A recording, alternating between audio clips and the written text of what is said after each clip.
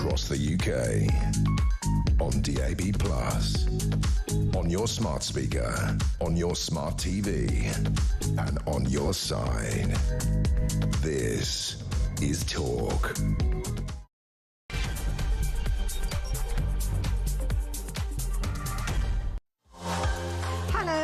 A good evening. It is Petrie here with you now until 1 o'clock, and as usual the midnight phone in. So from 12 o'clock it is the full hour dedicated to you and to your voices. So I wanted to talk because we've got the spending review next Wednesday the 11th of June, and it is the most significant spending review that has been done for a very, very long time. It will also be really one of the most important days of this entire Parliament. So for the next 4 years, this is setting out what money is going to be spent on and where it will not be spent and where there will be cuts. Everybody except for health and defence is going to be facing cuts, and the police have announced today that they are really concerned because any more cuts to the police and they will have to stop investigating certain crimes. Simple as that. They won't be able to do it all. So much the same really as yesterday, decisions have to be made. Decisions will have to be made as to what kind of crimes get ignored, what kind of crimes get followed up, and what kind of crimes get investigated. So what should they be? What would be the top of your list on the crimes that the police should not ignore? Now, the police have already said, look, these early releases of prisoners, this is going to take an awful lot more police hours, and they are a danger to the public. The government have been warned about this.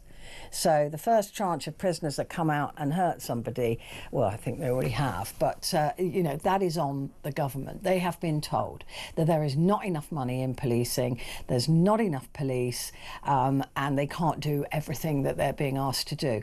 So which crimes should they be investigating, properly investigating, and which crimes do you think that they should absolutely not bother with? I mean, I think that it's time we had a chat about drugs. I think that they've got to be decriminalised, not drug pushing or selling. That can still be a major problem, but taking drugs, having drugs on you should be decriminalised. Portugal have done it, other countries have done it, and that would release the police from an awful lot of nonsense, I think. And that would mean that anybody who was taking drugs or was behaving badly because of the drugs they're taking, they would be considered a social services or a health problem as opposed to a criminal problem. So that for me, so I'm just giving you an example of where I would go with policing. I think those thought crimes have got to go unless violence is mentioned, unless there is a call to violence, and then that is not just hurty thoughts or hurty words, that is calling people to violent behaviour, and that should still be a criminal offence. But calling somebody a name or I mean, it just seems to be pathetic to me. The police haven't got the time, they haven't got the resources, and yet that is what they're doing. So that is what I would do. Burglary as well, that seems to have been diminished somewhat as a crime. I mean, I don't know. Have you ever been burgled? Was it actually investigated? I mean, properly investigated? Did police come round, take fingerprints? I don't know, ask you questions? Did they do anything other than give you a crime number? Because I think the police have already stopped investigating certain crimes, and I think burglary is one of them. So I'd love to hear from you about the state of crime in this country. Where do you think it should be? Should it be zero tolerance, where we're arresting people for graffiti and all of that to stop people going into bigger crimes? Or do we need to, well, we do need to now choose, the word I used yesterday, prioritise. So we need to prioritise which crimes are investigated, right, you and I are now in charge of criminal investigations, and we're going to decide which crimes take priority. And if you've ever been a victim of a crime, I'd love to hear how that was handled for you. So that's the discussion that we'll be having at midnight. Please do join in. I'll be very lonely without you. 0344 499 1000. That's the number that you need to call. We do call you back. And text the word talk and your message to 87222. And I always forget to mention as well that you can WhatsApp as well. And that's on the same number, 0344 499 1000, or leave a voice note there as well. And of course, I believe that's free of charge. So there you go. Those are the options for you. So that's what I want to talk to you about at midnight. Before that, we have the wonderful Vincent Moss, the former political editor. He's going to be here in the studio to go through the newspapers for Wednesday. Van the Man Connor, our film critic, is here to do film reviews and tell us about some film news that's going on. And we've got some tech news as well with the chic geek himself, Phil Dave. So that's all coming up. But before that, the Independent Water Commission has published its interim findings of a long-awaited landmark review. Unsurprisingly, they found that the water sector in England and Wales is failing, and that it needs stronger regulation to protect bill payers and the environment. I don't know why it took them so long. I could have written that on the back of a fag packet for them.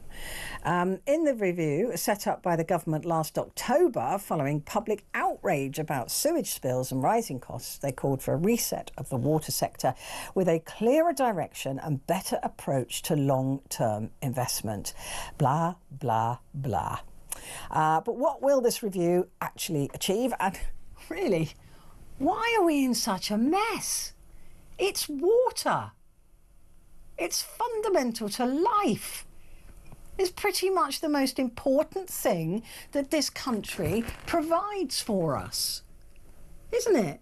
Can't survive without it.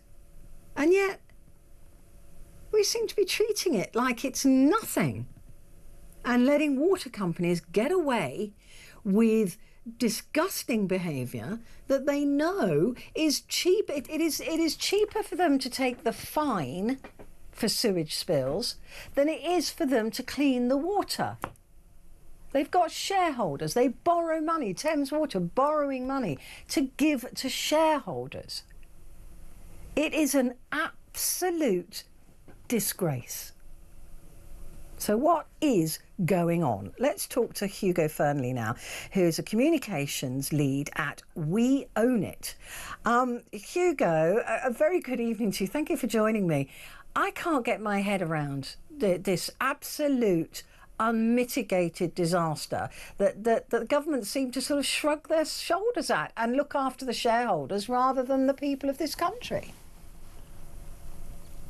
Well, thanks for having me on, Petrie. And I think you hit the nail on the head when you said water is fundamental to life. We don't get to opt out of this product. We all rely on it for so many different reasons, but most importantly, to keep us alive. And government has, to a certain extent, washed its hands of this problem. It's tried to kick it down the road. And with this review, you're seeing yet another attempt to try and kick it down the road, to try and placate the public by saying, look, we're doing all this sort of radical reform, but they're not addressing the fundamental issue of who owns our water. Because that review, the Concliffe review, was blocked from even looking into that as a question or suggesting public ownership as a solution, even though that's how 9 out of 10 countries run their water. Look, before we get on to that question, and I will ask you about that, why has this gone so wrong? Why is it that Thames Water, one of the biggest, I think it is the biggest water supplier in this country, has been allowed to behave, frankly, like a set of gangsters? They've been allowed to use this water company as a cash cow. They've managed to get into the most appalling amount of debt. They don't care about their customers, and any fine or any misgiving or any failure on their part has simply been passed on to us. What's the point in fining them? What's the point in any of it if they just go, oh, well, the customers will just have to pay it? Yeah, I fully agree. I mean, you asked the question, how have we got here? Yeah. I mean, how long have you got? um, I think we can start with Maggie Thatcher in 1989. That's when we sold off basically we sold off the family silver, and it wasn't that we were just sort of letting companies operate on the system, if you like. We actually sold the assets, the whole network, everything, full kit and caboodle. And now, effectively, what the British people is doing is renting it back. Yeah. Often foreign-owned billionaires and hedge funds, sometimes even foreign states that have ownership of these water companies. So that already sets the scene. And then what you've had is decades and decades of mismanagement from a government and from a regulator perspective. It's been far too light touch. There's been a revolving door culture with regulators and the water companies. And I'm afraid to say that, still now, even with a Labour government, that you might think would start to do some radical things, including taking back control of our water, unfortunately, they're falling into the same trap. And, Steve Reed, the Environment Secretary, we highlighted back in last summer, and he'd been wined and dined by water companies. He'd been taken out to the football and had, nearly £2,000 worth of football hospitality at his beloved Crystal Palace. So you do have to worry, are these politicians getting lobbied by the water companies and they're in their ear and not the public who, 82% of us want water in public ownership because the public are smart enough to know that that's the only way that you can start to claw back this situation that, as you say, is completely out of control. I mean, you look at Ofwat, which I think should be dissolved. I don't care if it's in water or in something else, but I mean, Ofwat has been a paper tiger. They've done nothing, and even to the point where they've had to get an external commission to write a report on the water industry when it should have been their job to do that. So, like as you were saying, the regulators have been weak. The government has been worse than weak, and we're left swimming in oceans that are filthy, looking at rivers that are so toxic and polluted, and even water supplies around the country are sometimes dangerous, sometimes not there, and then we've got a situation where it's costing certainly Thames Water customers an extra 35% to pay for Thames Water not doing anything with the money that they had swimming around in their casino. Yeah, and when you look at Thames Water, I mean, really, this has got to be the poster child for the failed privatisation experiment. How it's managed to limp on this long is, remarkable, really. And if you just turn the clock back just to February this year, when their bailout deal, their £3 billion bailout deal was approved by the High Court, which, the government did nothing to step in and stop that happening and say, look, we're going to put you in special administration. We're going to, slash a load of this rotten debt, and I would suggest what they would need to do then is take it into full public ownership and start building a proper plan for investment. But at that point, I mean, I was outside the High Court. Lots of other water campaigners were outside the High Court, and we predicted this situation. And now today we hear that KKR, the preferred bidder for Thames Water, is backing out, citing a worry about political interference. Now that tells you all you need to know. They want the politicians to leave them well alone, to get on and make their billions without any interference. And the problem is, with that $3 billion loan that went through, that $3 billion finance package, 800 million of that 3 billion went straight out the door in financial fees, in legal fees, in cost of finance, in interest payments. Didn't do anything to solve the sewage crisis, didn't do anything to bring down bills, didn't do anything to fix the 3 billion litres of water that are leaking out of pipes, that are ailing infrastructure every day. So even just in this microcosm of Thames Water, you see the whole picture illuminated of all of the failures. And really, it's time that the government did something about this. They've been sitting on their hands. They've been kicking it down the can. And the worst thing is, they have that power.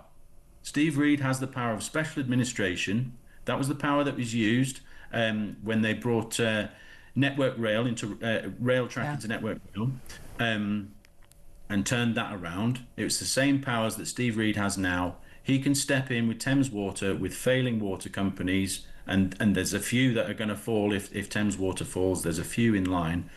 He can step in, as I say, slash a load of that debt, because that's what the public's worried about. Can we afford public ownership? Well, yes, with special administration, you get rid of a load of that debt. It's a bad investment. It should be shown to be a bad investment. And then you need to take it into public ownership and build a plan for investment and for bringing people's bills down. But you have to be bold as a government. And at the moment, this government is not showing that bold leadership. They're willing to continue to let us rent our water back at ever-increasing prices and at an ever-increasing cost to the climate. The issue with, look, they may not have a choice. Right? The government may not have a choice, because if Thames Water can't get another backer, they say they've got somebody in the pipeline. Gosh, everything sounds like a pun. But they've got somebody in the pipeline. But who is going to take Thames Water on? As you said, at the moment it's full of debt. It's got to spend an awful lot of money that it doesn't want to spend. That's why the infrastructure is creaking. That's why it's falling apart. It doesn't want to be fined for dumping sewage, and as I was explaining, it's cheaper to dump the sewage than it is to pay the fine for dumping the sewage than to actually clean the sewage. How we got into that situation, I don't know. And they know the fines they can just put on the bill, because we've got no choice. We don't have a choice. But if they don't find another investor, the government is going to have to step into special administration, which is in its own regard a kind of taking it back into public ownership. And this is what we've been saying for some time, Petrie, that the government will eventually have to do this. Yeah.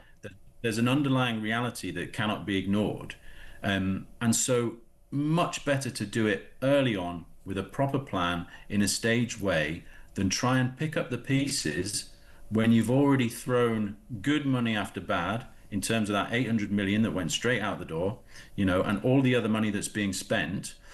You come in and you put together a proper plan. And they should have done this months and months ago. This should have been job number one on Steve Reed's desk when he came in as Environment Secretary, when they won that general election. Because, everyone knows the problems. And the astonishing thing is that almost everyone agrees on the solution. Yeah. I mention it again, 82% of the British public want water in public ownership. They're not dumb. They understand that this can't go on.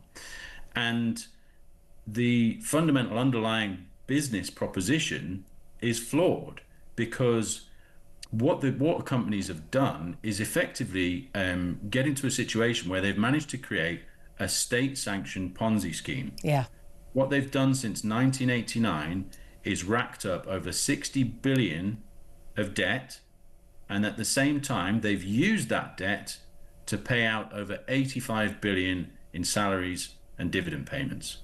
So just looking at those two numbers, you can see what's happened. Shocking. They've taken a critical national asset and they've loaded it up with debt to enrich themselves. That's the story right there. And all of the other effects around sewage pollution, around, lack of investment in infrastructure, that's all a byproduct of that fundamental business proposition or opportunity that they saw. I mean, you must have been rubbing your hands together as one of those people getting hold of our water industry, saying, hang on, there's zero market here. Yeah, there's Our no customers competition. Are completely captive. Yeah. They will never leave. So we can do what we like. We can put bills up. They won't have a choice. We can spew sewage into the river. They won't have a choice. We'll just load the bills up more, like you say. It doesn't make any sense to privatize a natural monopoly like water. It also has baffled me, to be honest, Hugo, that there isn't a law against using debt to pay dividends. It has always been a situation. I worked in the stock markets as a reporter, right, as a presenter, reporter on the stock market world, and the idea that debt is treated as a profit, which is where dividends are supposed to come from, is absolutely should be a criminal act in my view, because it's not. It doesn't belong to them. Well, yeah, if you'll forgive the digression, before I did this, I actually ran a small manufacturing company myself. Right. It was a family business, you know, small scale, nowhere near the scale of these companies, it must be said. But as I sort of grew up in that business, you know, I thought, oh, the rule is you make money and you make a profit and you do all the things to make a successful, sustainable business, and then you can pay yourself some dividends, but only then. Only then. I think it is illegal in small companies to pay yourself out of debt. Exactly, but it feels like there's a different rule for these huge companies where actually you can buy the company as well on credit effectively. A lot of these companies are bought with huge loans and over leveraged finance, and then continue to load them up with debt. It's this sort of perverse situation where, you know, all of the things that you would measure as success in an ordinary company, like are you satisfying your customers, are you delivering a good product, you know, are they happy with the service, you know, all of these things that should be a marker of success don't matter. And really, it's just about enriching yourself as owners and as CEOs. And I think that's the thing that really sticks in the core for the British public. It doesn't seem like it's a level playing field or fair, the way that these companies behave. So, you know, at the risk of sounding like a stuck record, I think we've all chewed over this issue with water for so long, haven't we? Yeah. And I think everyone's at the point now where it's just a case of, can we just get on with it? You know, can we just get on with it? Can we bring it into public ownership? Because, you know, privatization has failed. It's there. And not to mention water security in a world now where we have, you know, all of the things going on and talking about defending the country. There's no point if we haven't got any water that we can drink. Hugo, it's great to talk to you. Let's do it again. Hugo Fernie there, who is the communications lead at We Own It.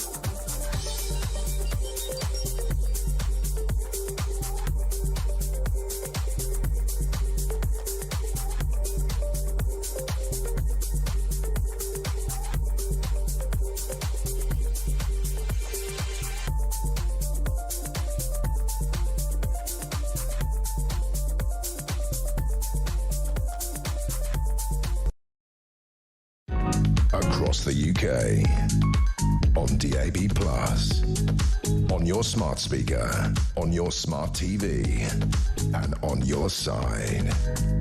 This is Talk. Hello there, and good evening. It is Petrie here on Talk, and we're giving you the chance to win FIFA Club World Cup final tickets. Yep, that's thanks to our friends at DAZN, and here is everything you need to know. Hello, look who it is, it's me, Andy Goldstein. And here at TalkSport, we're gearing up for the Club World Cup in the United States. And to celebrate, we've got 2 tickets to the final in New York on July the 13th to give away. We're going to sort out the flights, we're going to sort out the accommodation, and we're going to give you £5 spending money to spend however you want. How about that? 18 plus, UK excluding Northern Ireland. For a chance to win, all you have to do to enter is text the word football to 83338. Do that by the 13th of June at 11 p.m, and that's it, you're done. You're in the draw. A text will cost £2 plus 1 standard network rate message. You must have bill payer's permission. Or you can just send your name and number by post to Club World Cup Final Prize Draw, PO Box 3190, Colchester CO2 8GP, and it must arrive by 5 p.m. on the 18th of June. This is a TalkSport limited competition run on TalkSport Talk and Virgin Radio UK stations. Full terms and conditions at talksport.com. So don't miss out on this incredible giveaway. Thanks to our friends over at DAZN, and the very best of luck to you. Right, coming up at midnight, it is our phone in, and what I want to talk to you about is the priorities for policing. Much the same as we did yesterday. When we talk about what because people are going to have to pick and choose. It won't be us, but I think it should be. Which crimes should the police drop as crime? Which ones should they just not bother with, apart from all of them? Which is what it feels like at the moment. Because the police are saying with the spending review next week, it is going to be a massive, big spending review, the first proper one since COVID. And it'll be a big decider as to where this government goes, right? What happens next? And what happens to this country? And what decisions are going to be made as to what the government think are priorities or the police think are priorities. But I think we should have a say in that. So I want you to have your say on that. Let me know. What do you think the police have already given up on? Have you had a crime happen to you and you just don't even bother? I mean, a burglary now, I think. I was burgled once. I think I just phoned the police and got a crime number. Just kind of like, what's the point? What is the point? They're not going to investigate it. And I don't really blame them, but I do think their priorities are not in the right place. But there you go. I just want to read this out for you, because this, if you weren't feeling sick before at that interview about the water companies, you will now. This is from Aaron. Thank you, Aaron. I really feel sorry for the people in England having to pay extortionate rates for water. We in Northern Ireland don't pay water rates. What? Sorry? And a lot of other stuff like council tax, ULEZ and so on. You're being robbed blind by all sorts. Time you took a stand. The country is being run by gangsters looking out for their rich mates. The old saying, keep the poor poor so you can control them. Aaron, I think I'm in love with you. I think that's brilliant. Thank you very much indeed. Except what? I did not. Did you know? Did anybody know that they don't pay for water rates in Ireland? I'm moving. I'm coming over, boys. I'll be there by the end of the week. Quick break, back in a sec.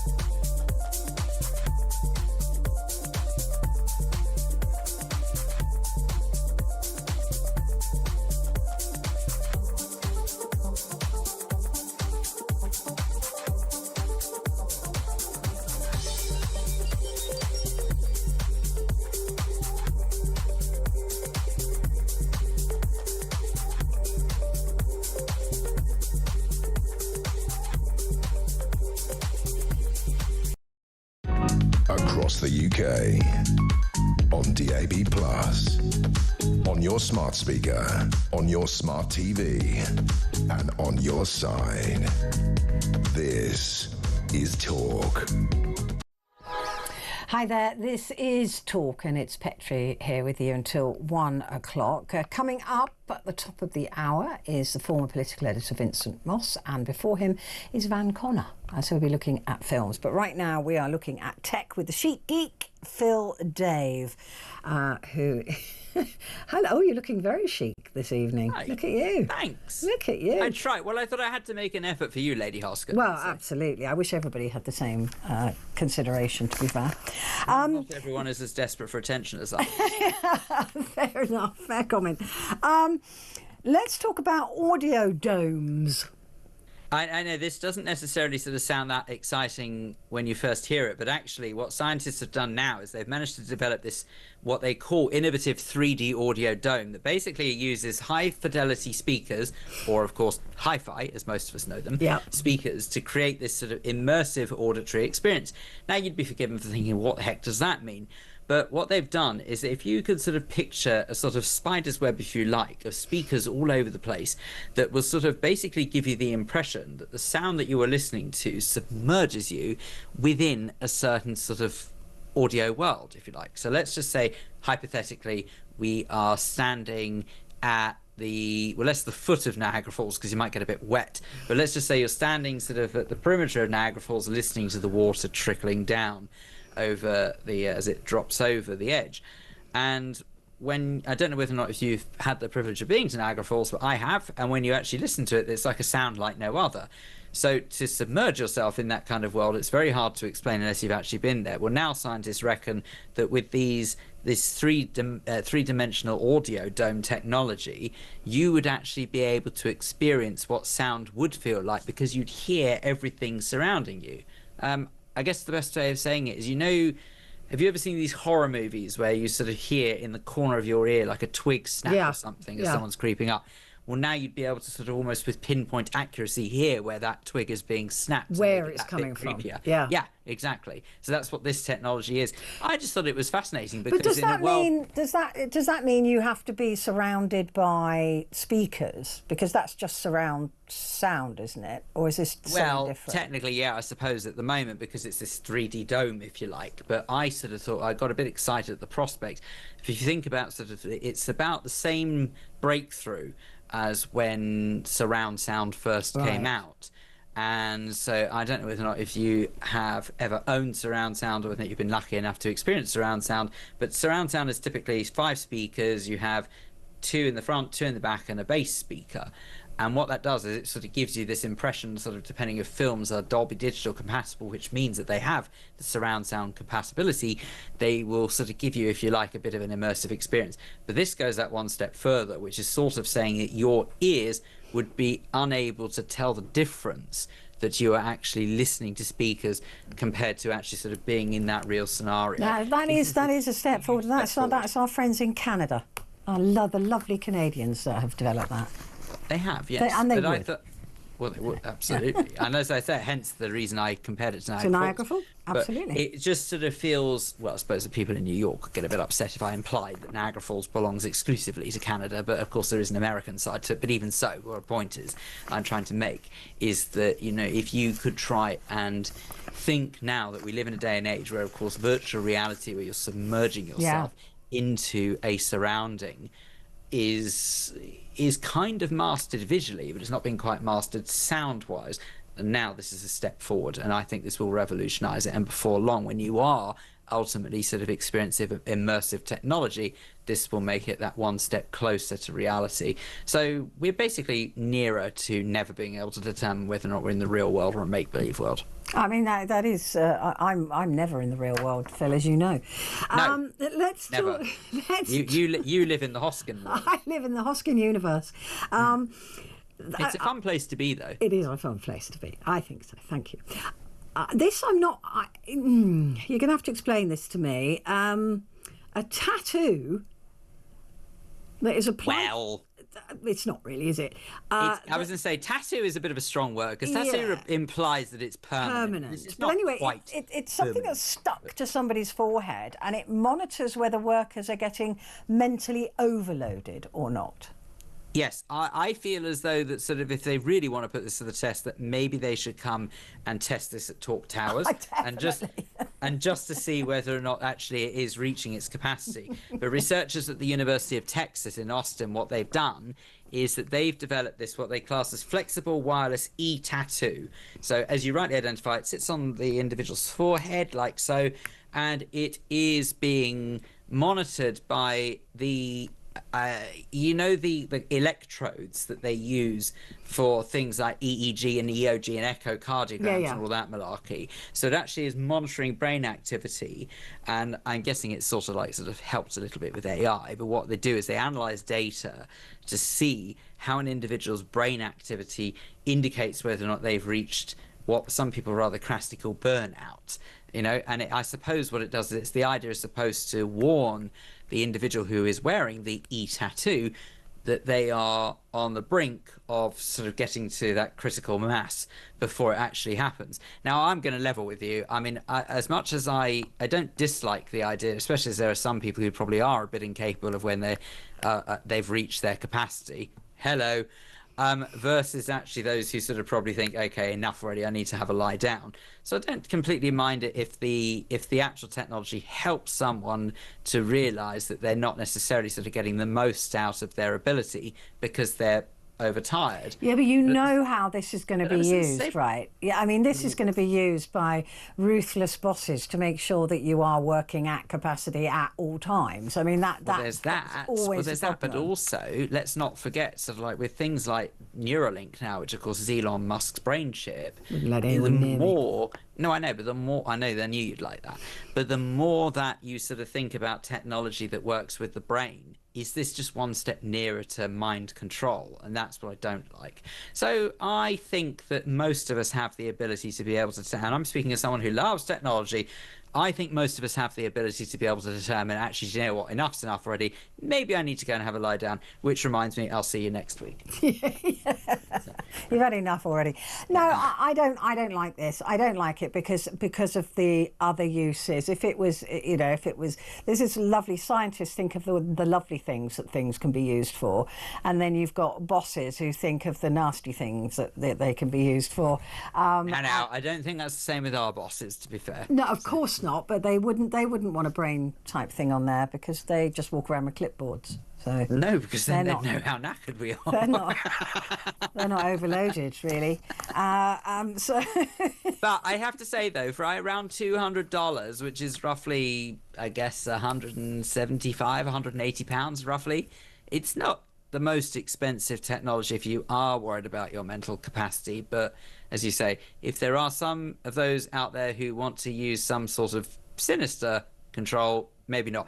But I would say there has to be some benefit to this, in the sense that if you consider someone who's maybe doing a high-risk job, such as maybe something in the military or maybe aviation or air traffic control or something like that, to actually have something that categorically says you are not at healthy level, and by carrying on working you're putting others' lives at risk, I'm kind of all for it. Yeah. Except then they'll be sacked. I don't trust it. I think it will be used for the wrong reasons. Such a cynic. I am such a cynic, and that is a good thing in this world. Electric planes. I'm not against this, because as long as it's got gliding abilities, it should be all right. It sounds impressive enough. What I'm mainly against is the actual name, but it's called the Pipistrel Velis Electro. I'm guessing Pipistrel after I think it's something to do with a bat or something like that. But the Pipistrel Velis Electro, which is the world's first type certified electric aircraft. So this actually sort of basically has sort of passed sort of initial stages of aviation authority, and it recently sort of went on a flight at Cambridge Airport. It's a former RAF pilot, one Adam Twiddell, who had the honour of doing this, and actually sort of said that its cruising ability is something like 60 decibels, where I think when you consider that Concorde is way over double that, this is quite an exciting development, to say the least. But what's particularly exciting about this is that this aircraft is powered by, I believe, two 12-kilowatt batteries, which I appreciate might not mean very much when you say it out loud, especially when you consider that it has a flying time of about 45 to 60 minutes. And again, you think, well, hang on, that doesn't sound very much. This is where it gets exciting. Operational costs of the equivalent petrol plane or traditional aircraft aviation fuel plane will cost around £100 to power it for an hour. When you consider this aircraft cost £5 an hour to power. And that's where it gets very exciting. This is where it's a massive leap forward in aviation. And I know full well someone's going to be listening to this and saying 45, 60 minutes or something, you can only fly down to the coast. So what? It had to start somewhere. It's exactly the same way that cars could only travel at 5 miles an hour at one stage. You couldn't go very far in those. But let's be honest, it had to start somewhere. And this is actually the first time I've ever heard of electric aviation development, which I'm actually genuinely excited about. Yeah. Oh, don't worry about the 5 miles an hour. That's coming to Wales anyway. I did that story last week. They're trying to slow cars down to 5 miles an hour there. That's nice. So they're going to have the flags waving in front of them. That's what I was saying. That's what they want us to go back to. Job creation, if nothing else. Now, this is not this week. I shouldn't have done that. So I should have dropped a story. But this I love. This is a flying car. It's going to be a billionaire's toy, as we know. But this is a well, you drive it to an airstrip, flip out the wings or whatever it is, take off, fly, then land at another airstrip and drive to your office. I want one. Well, that's the idea at the moment. But with this particular car, will have the ability for vertical takeoff and landing, which means that hopefully the necessity to actually sort of land in or take off from an airfield won't be quite as necessary eventually. That's amazing. But when you consider that deliveries of this particular vehicle, which is by a company called Aleph Aeronautics. I wonder if it's actually Aleph is the first letter of the Hebrew alphabet. I wonder if there's anything to do with that. But anyway, Aleph Aeronautics, they have pre-orders of this of exceeding within the region of $750 million. So there's quite a lot of pre-order out there for this. And the actual vehicle, I believe, retails at around $200,000 to $250,000. That's not too bad. Well, all things considered, I guess it's not. But at the same time, when you're talking between £175,000 and £200,000, I'll take two. But I would imagine that it will be a little way off before this becomes the norm. Where this gets exciting is that deliveries will begin at the end of this year. So look out in a sky near you. Oh, I'm going to have to play the lottery now. I really want one. £199 million, I believe, this evening. Yeah, so it's only a quarter. Probably too late, actually. Now I mean, $250,000. I'll buy you one as well, Phil. It'll be fine. Thanks. It's only $250,000. I'll get a couple. That's fine. I'll get you a whiskey to say thank you. Phil, thank you very much indeed. I will see you. I'll see you on Saturday. Yes. But look forward to it. And so that's Phil Dave there, our chic geek broadcaster and editor here at Talk. Quick break. Back in a sec.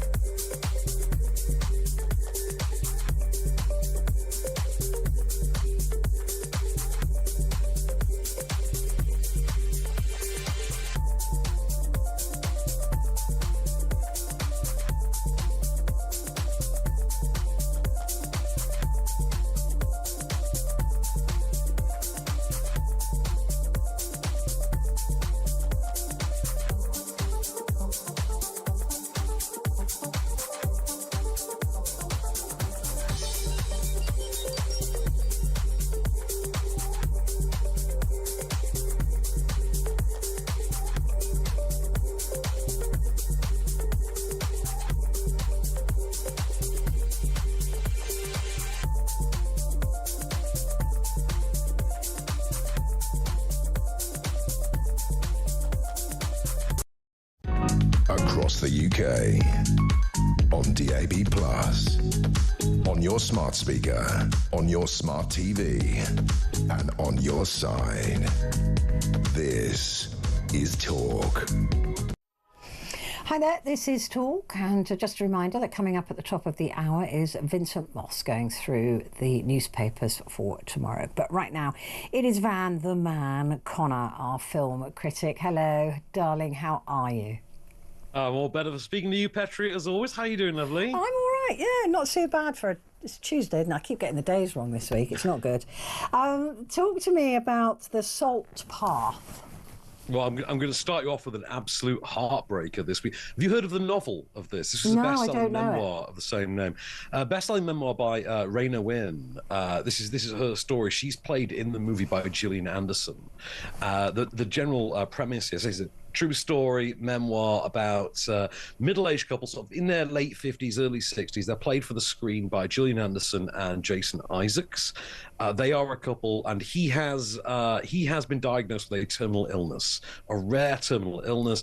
They have lost all their money in an investment scam. They've had their home taken away, all their assets, etc. They have nothing in the world. They are facing squarely into the abyss, and in order to get the bailiffs off their back, they elect to simply run away and walk the salt path, around Land's End, around that end of the country. And it is just them in a tent on the beaches, just making do with the few pennies they have in their pocket and literally getting by with each other as they try and find a way out of this problem and meet people along the way as they sort of try and find salvation. It's an absolute heart-wrencher, but don't just take my word for it. I've got a clip for you, and believe me, this will absolutely sell the heartbreak for you. We lost everything. Look me in the eye, coward. Our home, our livelihood. Maybe we should just follow a line around the coast. We just walk. You ready? Can't move my arms and my legs, but apart from that, good to go.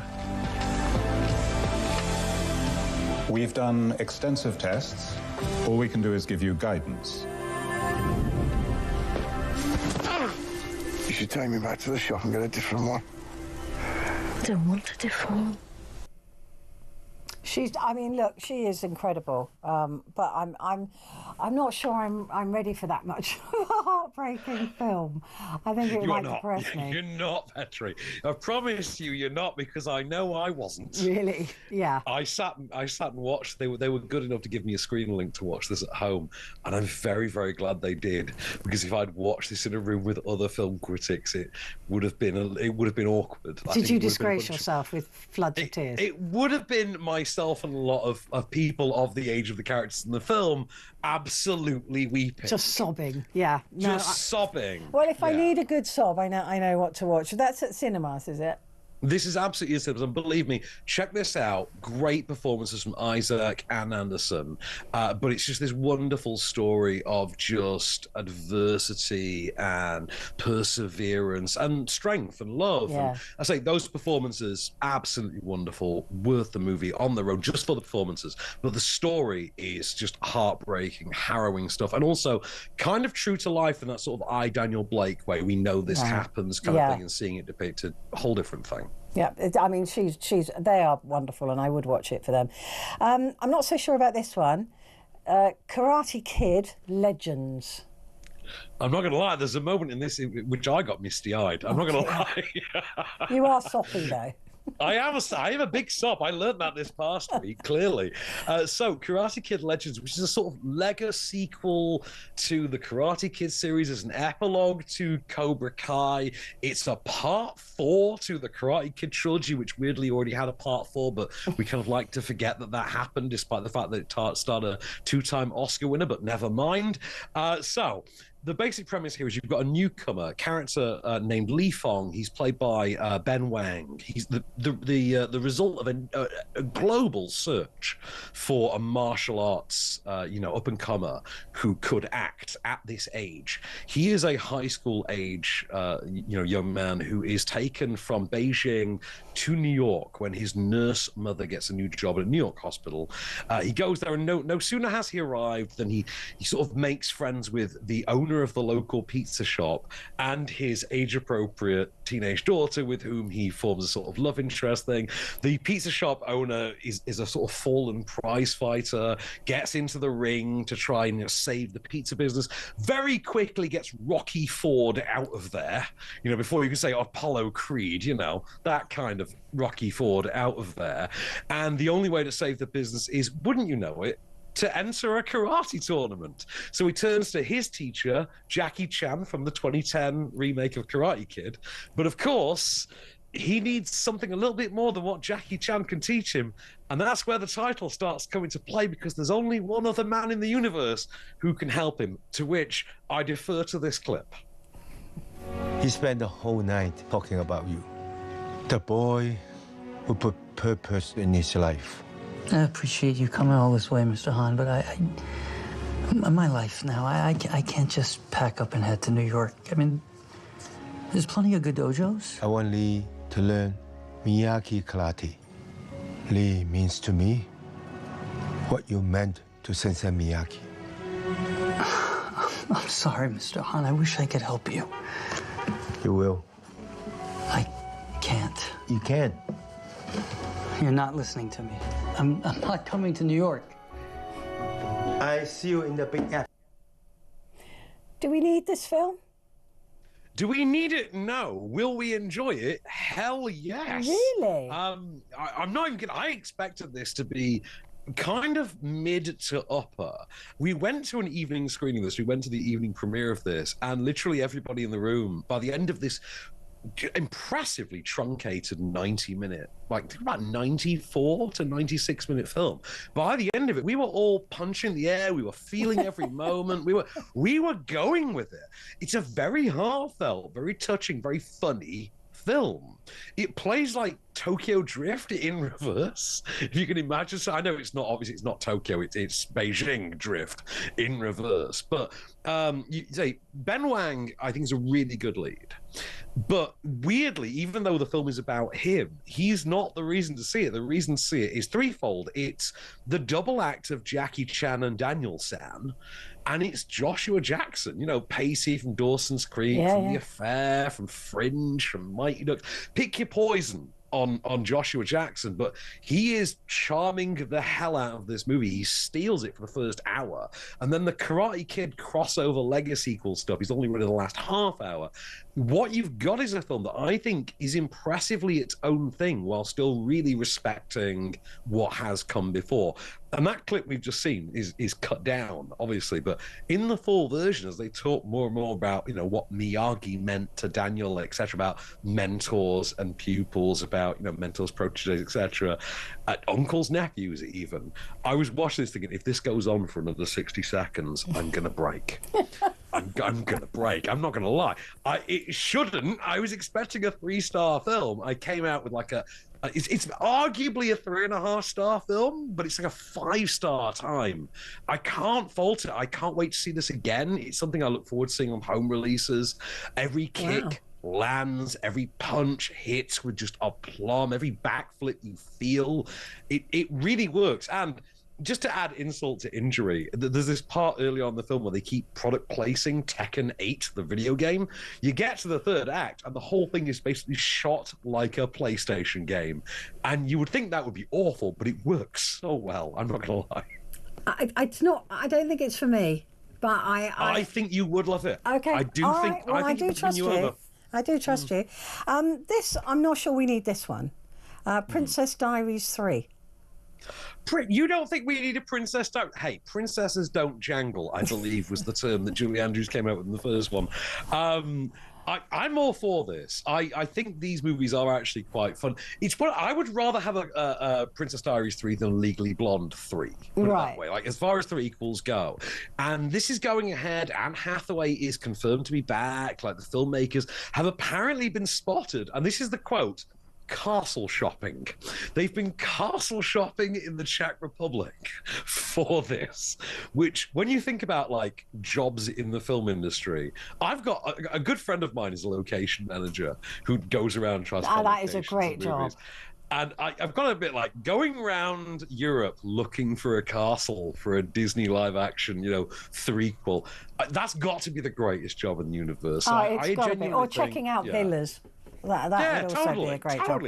Whoever's handling White Lotus, that guy has the best job. Yeah, I want that job. Yeah, I want that location. I want the White Lotus guy's job. Yeah. I mean, look, I loved Princess Diaries 1, but I'm not sure there's much of a story left. Two didn't do much for me. No. But Julie Andrews is a legend, Anne Hathaway is brilliant. So, but I'll tell you what, Donald Trump won't be happy because this isn't being filmed in America. How could you? How could? What are you going to film it at Chateau Marmont? Well, Where is there in the northern There's probably United a castle in Vegas somewhere. All I'm saying is there is a reason that the same mansion in Vancouver gets used for everything. Like there's a reason that Professor X's mansion in Vancouver, like the X-Men mansion, is used for everything for a because reason. they haven't got anything. Exactly. Van, thank you very much indeed. I'll leave you with your packet of hankies to have a little sob. But thank you very much indeed, Van Connor there, our film critic. Right, coming up, it is time to go through the newspapers for Wednesday, and to help me do that, it is going to be Vincent Moss, who's the former political editor, and he will be here in the studio to help me pick the stories from the front pages that are going to be big news.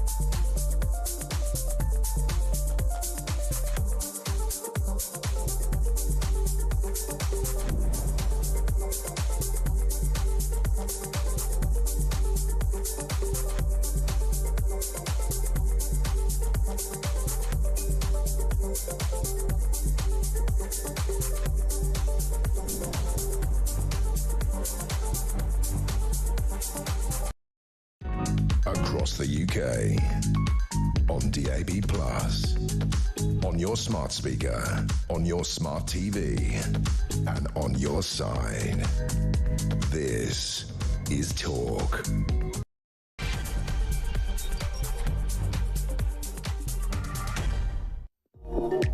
Hello, it is so good to have your company. Thank you very much indeed for joining me. And with me is Vincent Moss, who's here to take us through the papers, former political editor. Hello. Hi, Petrie. It's good to see you. Now, before we get to the papers, the police have announced today that they are going to have to choose which crimes they investigate because of the big spending review next week, if they get their money cut. Well, they will get their money cut. We know everybody but defence and health is getting their money cut. It just depends by how much. They're saying that they can't take any more cuts and continue at the level they're continuing. And so I was just wondering, if you had to choose which crimes you didn't investigate anymore, what would they be? Well, the ones you wouldn't investigate. Yeah. I think some because they're of going to have to choose which ones that they don't investigate now. Yeah, I think a lot of the online stuff where people just feel that tweets are a bit inappropriate and posts are a bit inappropriate. Yeah. If you just hurt somebody's feelings, that has to go. But exactly. if you threaten violence, that has to stay. Yes, yeah. And I think the ones that they really have to do much more work on prosecuting, the epidemic of people going into the local co-op and the local supermarkets and the local shops and just literally sweeping the shelves. Yeah. I mean, in some parts of London, it'd be the same in other cities, people are going in every morning, grabbing what they can, and that's why there's quite often little on the shelves in places like Greggs and Pret, because people are just going in and taking stuff. And I think that's a really damaging crime, because leaving aside the damage it does to the big and small shopkeepers, it just makes people who are doing the right thing and paying for their goods and obeying the law just feel that they're being taken for mugs, really. Because we have to pay for it. Exactly, and that breakdown in the social contract is really, really damaging. And I think that goes in a separate way to fare dodging, the Robert Jenrick video that went viral, the Shadow Justice Secretary, I think really touched a nerve with a lot of people, because that's, again, another thing, particularly in large cities where it's doable on the London Tube network, and particularly, it wasn't mentioned so much, London buses. There's a large swathe of London buses now where parts of the day and parts of the city, people just aren't paying to travel on the buses. And there's video cameras, pretty easy to track down some people. And I think those sort of crimes, the acquisitive crimes, have got to come down harder on, and the ones where there's no real harm, and we've all got an idea of what those are, online things, that's where I think they need to sort of refocus and shift that resource away to much more damaging crimes. It is interesting to me, though, when you look at policing, the decisions that are being made on our behalf, and the tied in with this is the burglary numbers, and in certain areas of the country, it's Yorkshire and places like that, they're burglary hotspots. London is number 5. You know, I mean, I would have thought that'd be number 1, but I just think that I've been burgled before. Luckily, I was literally just moving, so I could move away from that fear, if you like, or the worry about it. But I think the police have already given up on that. And I because it's kind of like, well, are we really going to find some, what are we going to do? Fingerprints? No, we're not going to find. So most people who are burgled, which I would say is a really significant crime and affects your feeling of safety, and everybody should feel safe in their own home, that people mostly just phone for a crime number. Same, I was burgled in South London as well, and eventually the police did turn up a day later, but there's no real attempt to investigate these sort of crimes. They're just, and the same with bicycle thefts, which and people rely on bicycles often to get to work and things like that. And they're expensive, exactly, a lot of them. Exactly. And of course, phone thefts, which has been another epidemic of theft. It's a terrible thing, and those sort of crimes they really need to be focusing on. And really where the police should be looking to make more advances is in AI. And there's so much video surveillance now, we can't be far off training AI to go through the videos for police and actually track down some of these people, go and arrest them. But then, of course, you've got no money to fund the courts and the criminal justice system and the prisons. So even if the police do catch offenders, they're quite often seeing people released after very short periods of time. They might investigate for them for months and months and months, and they're seeing them with a very short jail sentence or even a suspended jail sentence. I mean, it must be really frustrating to be a police officer and to have to make those decisions on a daily basis. I mean, I suggested that drug use should no longer be a criminal problem. That you selling them, growing them, whatever else should remain a criminal activity. But like they did in Portugal, where they decriminalised, they didn't legalise, but decriminalised drugs. So if somebody is taking drugs, because the police spend an awful lot of time on people who are drug takers and behave badly because of the drugs, and actually that should perhaps be, and then they go to prison, which doesn't help them, and perhaps that should be a social issue rather than a criminal issue, and that would free up a lot of not only prison spaces but a lot of police time. Exactly, and police have said before that they feel as though they're often treated as almost social workers. If you go to some of the London major hospitals or any major hospitals, you'll quite often see drug takers, a couple of police in there monitoring people with severe mental health problems so they don't damage themselves or harm patients and stuff. Now again, to have 2 police officers tied up with an individual in a hospital monitoring them for a whole day, again, not a good use of police resources. Some of the huge marches we see in cities. Everybody's got a right to protest and everybody's got a right to march, but the huge amount of police resource that takes up weekend after weekend in central London, and it'd be the same in other cities and towns. Again, is that a really good use of police time, and should they be doing other things? And I think there needs to be a whole reprioritisation of where scarce police resources are used, I think. I completely agree, because it's not just, we can't, I mean, there isn't any money. I've had a look at the bank accounts, if you like, and I don't know if you've done that with past spending reviews. We haven't got it. We're broke. We just haven't got any money, and so with us looking to spend so much more on defence and needing to, we're going to. Priorities are going to have to be made. Things are going to have to change, because we can't just, there isn't money to keep throwing at this situation. And they've got to be more intelligent with how they figure it out. Yeah, there's pressures on schools are crumbling. There's pressures on, as we talked about, the prison service, the health service, every single area of spend. People want tighter border controls. There's a spiralling bill for asylum seekers accommodation. Every bit of the sort of jigsaw that you look at, pity the Chancellor, Rachel Reeves, trying to make savings, because every single department has got a pretty legitimate demand for more money, and it can't all be met. I mean, as you rightly highlight, defence spending, very ambitious and sensible defence review in many ways, but it's been undermined by the fact that nobody knows whether the money will be there. NATO is talking about wanting Britain to contribute 3.5% to 5%, and we've already moved it up from 2.3 with a commitment to government saying it would be up to 2.7. I mean, they're looking at around about 100 to 110 billion pounds a year in defence spend. That's where we should be. You know, I mean, the NHS is what, 195 billion. It's nearly 200 billion. So I mean, looking at defence spending, if we're looking at 110, 120 billion pounds, I mean that. We don't have it. No, and every time the Chancellor tries to make a saving, there's pressure for a U-turn. If you look at the winter fuel payment, it's 1.5 billion. If that's reversed, as it's widely expected to be, the two-child cap on benefits, that would be another 3.5 billion. Exactly. So there's £5 billion. Doctors wanting their 30%. Exactly. Doctors wanting a big pay rise. The talk about extending the army and getting it up from 71,000, 73,000 up to 76,000 troops. All those sort of the armed forces, all those sort of things. There are pressures right across the board, and the only way you can do that is to make savings. Everybody's resisting that, or as it's being widely speculated on, further tax rises, which is the last thing people want. Well, it's the last thing that people want, and also I am so sick and tired of governments choosing this sort of nibbling effect at people's money, this sort of a little bit of tax here, tax there, tax. Instead, and I've said this a billion times, I've probably bored you with it, go for the big ones. Tax the blooming billionaires. They're not going to leave. Where are they going to go? They're not going to go to America. They're not going to go. Where are they going to go? And we know there is no trickle-down economics. That has been completely debunked. It does not trickle down. Money doesn't trickle down. So what if we tax them? So what if they go?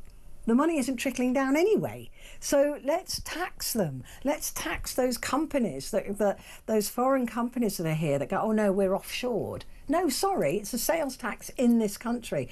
Stop coming at us, these little nibbly minnows, for bits of tax here and there, and do a proper Labour behaviour and go for those billionaires. I'm not even talking millionaires. If you want to leave them alone, leave them alone. But go for the rich ones. Well, that's the thing, is exactly. There is pressure. It's ridiculous. That's right. There's lots of Labour backbenchers talking potentially about a wealth tax, because if you put a little bit, a percentage on people who've got assets of more than 10 million, are they really going to miss a little bit more? Not really. Is it going to change their behaviour massively? No. And the other area that people are starting to speculate on now as well, potentially, is VAT is not levied on things like food, children's clothing and books, and that could raise a fortune. And there is an argument that richer people tend to spend more on food, so if you did put VAT on food, it could generate a huge amount of money and rich people would pay proportionately more. But of course that would be hugely controversial if you start levying VAT on things like food and children's clothing. Already you could do it on, foie gras. Yes, do it on some foods. caviar. Yeah, yeah. I mean, my fridge is full of the stuff, as you can imagine, but you know, I don't mind paying a bit more for it. It's a huge problem. I mean, I think that there's an argument about the government's never resisted the urge to sort of start putting more money on the fuel duty escalator because it was worried about sort of white man van syndrome, as the Sun newspaper and others tend to call it. And so there's scope to raise taxes in certain areas, but I think a lot of people feel they're taxed already. They've taken enough from the middle and lower classes. It really is time to just say, look, we need a bit more from you that are stupidly rich. I mean, I'm not even talking a couple of mil, which I would consider fairly wealthy. I'm talking, you know, big money. If you're that rich, you can afford a bit more. Exactly. And there are millionaires who are asking to be taxed more. Exactly. Well, of course, there's always the option. They can always send a cheque to HR to the tax. But you can't. I don't think you can. You can't, because that's not how tax works. What they can do is they can invest in companies. I've interviewed, what's that called, that group, the millionaire group that want to pay more tax? Patriotic millionaires or something, is it? Patriotic millionaires. Yeah. And so they pay their tax, but you can't volunteer more tax. It's just not how it works. So they will invest their money in other places. But they're saying we're not taxed enough. No. And all the data shows that over the last 10 or 20 years, rich people have got exponentially and significantly richer in terms of their wealth and how much that's gone up than poor and middle class people and the rest of it. Their wealth has gone up much quicker. So much quicker. So there is scope to do that there, but again, the argument put forward by lots of people, of course, is they're the entrepreneurs, they're the people who generate wealth, and if you scare them away... But they generate wealth, they keep wealth, they don't even pay their staff properly, and then they take that wealth and they put it in another country. You know, it is time really for somebody to look at these wealth creators. I mean, you've got the guy who did the vacuum cleaners, what's his name? Dyson. And the first sniff of trouble, and he was off to a foreign country. You know, I mean, these people don't want to pay tax in this country. Well, they've got to, and we've got to make them do it. You're right, and again, a lot of those people, as you say, they don't, the theory is that they should be investing back in the country, but a lot of the time they're just putting it in the bank or putting it in a large country estate or something. Exactly. And that isn't fueling the economy in the way that it should be. And maybe they get a tax break if they do invest it. You know, maybe you say, right, you pay this amount of tax on this ridiculous amount of money you've got, but we will cut that in half or a third, or even don't pay any at all if you open a new factory or you pay your staff properly so that we don't have to give them a top up from the taxpayer. Because often these companies, they don't even pay their staff properly and they have to go for tax credits that we pay. Yes. And these companies go, well, we've got the profit. I mean, it drives me nuts. And that there is isn't crazy, that intelligent thinking and saying, if you're a wealthy company, pay properly. We are not giving tax credits to if we do, we're going to tax you for it. If any member of your staff comes to us for tax credit, we'll give it, but you're paying it back. You've got supermarkets who did have certainly a few years ago making hundreds of millions in profits. Hundreds of millions. And yet their staff are being paid tax credits to top up their wages out of state funds, which is crazy. How are they allowed to call that profit when the taxpayer is funding their staff? It just makes my brain scramble. I want to sit down with these politicians going, are you mad? Do you see what we all see? Are you aware of this? It's craziness. Because the taxpayer just has to pay for everything, it seems. Yes. It's mad. Anyway, let's move on and have a look at the Wall Street Journal. Fabulous photograph there of in Rome, of 6 jets forming the colours of Italy's flag above the Vittoriano in Rome to celebrate Republic Day. So that's a very nice photograph. I don't know if you've seen that. Let me show you. Have we got? We've got them back now. Yeah. We've got. I thought I was going to have to hold it up. So that's very nice. Ukraine's assault scrambles Kremlin strategy. This fills my heart. I mean, I just cannot. I've been reading everything I can about what the Ukrainians did with those drones because it is incredible. This attack that the drones made on those nuclear carrying aircraft in areas like Irkutsk, down near Mongolia, for goodness sake, and how they did it. Wow. I want to see it's the changing film. warfare, isn't it? Because It's unbelievable. those Russian planes cost hundreds of millions, Yeah, and yet and these he can't tiny, replace them. exactly, and these tiny cheap drones have effectively destroyed them. I mean, it's been described in some quarters as Russia's Pearl Harbor, effectively, in terms of the damage it's done to their aircraft and their warplanes. And that's, again, I think what makes potentially defence spending in the UK very interesting, because this is the changing face of warfare. It's not going to be potentially about heavy metal and big tanks and big bombers in future. It's going to be about hundreds of drones. And Britain, although it's got the technology and the skills to make them, I don't think we've actually bought many of these drones No, yet, so. and Ukraine is now a world leader because necessity being the mother of invention. They've had to really they've become incredible at the world beaters at making these types of drones. But the way that this is 18 months in planning. And the way that they got those drones in there, it is, I don't know, who sat down and even thought about it? Right, what we're going to do is we're going to have a load of lorries and we're going to pretend to be delivering wooden buildings to various parts of Russia, and we're going to get people who don't know what they're delivering driving these lorries. They get into the supply chain, and then some poor driver drives into Russia, is told where to deliver this huge crate. As soon as it arrived at this destination, the roof comes off, and each drone that was hidden in the top of these crates has got an individual flyer. So they're all sat around screens, presumably in Ukraine somewhere, and the roof goes and they're off. And then the individual people fly. It's not done by AI. This is men or women sat there with a controller, probably like a Game Boy or whatever. Not Game Boy, PlayStation. I don't have one. It may surprise you to learn.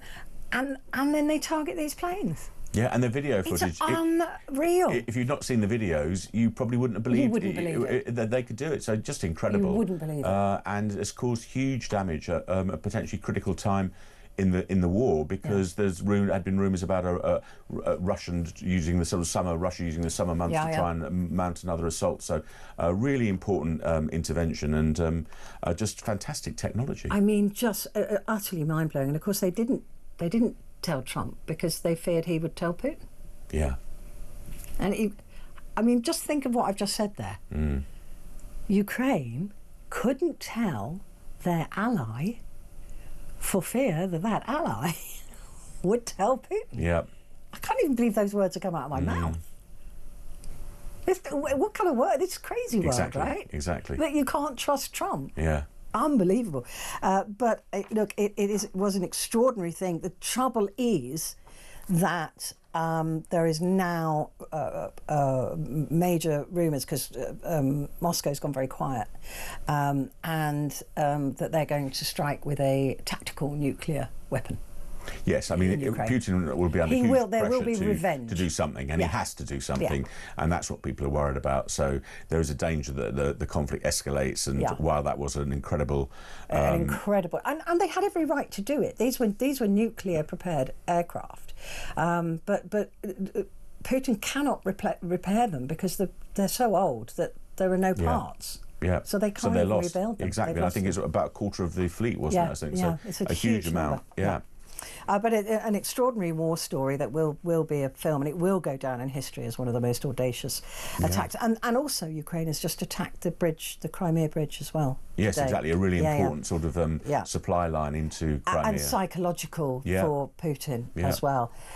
So they're clearly ramping up their attacks because Russia is still demanding that they give up all their land and have a regime change to a friendly Muscovite. I mean, it's just not going to happen. So, the extraordinary story. Tragically, though, things are going to get a little bit worse, I fear, from Moscow. Let's take a break before we head on to the UK papers.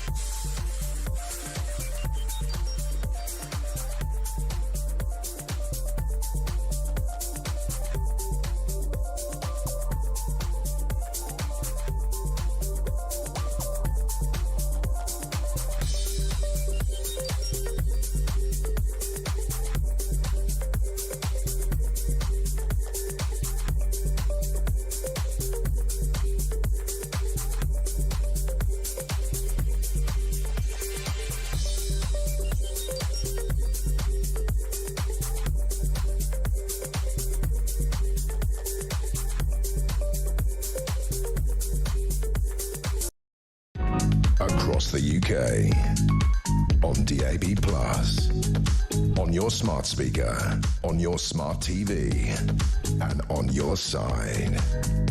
This is Talk. Hi there, this is Talk, and it's Petrie here, and with me, Vincent Moss, former political editor, and we are looking at Wednesday's paper, the Daily Telegraph. Trump attacks the BBC over Hamas coverage. I mean, seriously, what's it got to do with Trump? It's crazy, isn't it? He's got enough problems in America. Go away. He's not the king of the world. He might think he is, but he isn't. Yes, and it seems there was a dispute about the number of casualties in those horrific shootings at the various aid stations, and the criticism seemed to be the BBC had changed the number of casualties based on what it had been told by the sort of Hamas health ministry. But that's what happens, though. I mean, and the BBC had updated its report during the day, and the casualty figures had changed, and the BBC have sort of pushed back on this, saying that it does its best, and the casualty figures had changed during the day. And of course, Trump, of course, has got to recognise that the BBC, along with other media organisations, aren't allowed into Gaza to verify these things for themselves. Yeah. And he's not exactly been very helpful in trying to get media organisations in there so we can all see exactly what's going on the ground. But, I mean, it just seems that any opportunity for Trump or Vance to have a go at any of us in Europe is just being done, and it's like, I just go away, just get on with your own issues. You've got enough of them. Madeline detectives search ruined houses. There's been no real update to this. This was also in the papers for Tuesday. So there's got to draw a line under this at some point. Well, it is probably the most famous missing person case in Britain, potentially almost ever. So until there's a resolution, I think the story's just going to keep coming back and back. And of course, there is a prime suspect who's currently in jail but due to be released fairly soon, I think in the autumn. So the police do feel as though they're under pressure to try and find some evidence so that they can charge him with the murder that they believe he's committed, although he of course would deny that. Yeah, but he's admitted to other things, hasn't he? I can't. He's done for, right? He's going away forever. Why not admit to it if you did it? But he says he didn't. I said this last night that look, I hope that they, find what they need to find, but there are so many missing children, and this little girl has had millions and millions of pounds spent on her, where other children have been entirely forgotten, and that, I think, is just unfair. Yeah, it's true, and it's a disproportionate amount of money and resource, and I mean it has been crazy. Scaled back in recent years, but there's still money being put into it now. There are tens of millions, and every year they go back for a little bit more money, and it's kind of like, no, it's since 2007. Come on. Yeah. And like I said, in that time, other little girls have gone missing, or little boys, or or been murdered with no idea of who did it, and it just doesn't. It's just because the press picked up on this pretty little blonde girl, and I'm really sad that happened to her. But around that time, there were also other little girls and little boys that needed the same resources and help and didn't get it. So it's time now. Just stop. So, OK, let's move on. There's most of those stories are repeated there. Oh, gosh, this is a grim headline on the Eye. Gosh. The Eye newspaper, UK to stockpile military medical supplies for nuclear attacks. British government will stockpile nuclear equipment and medicines which could treat the military. MOD urged to work closely with the NHS and military healthcare services to meet demands of warfighting, including supplies for chemical, biological, radiological and nuclear attacks. I mean, this is all part of getting war ready.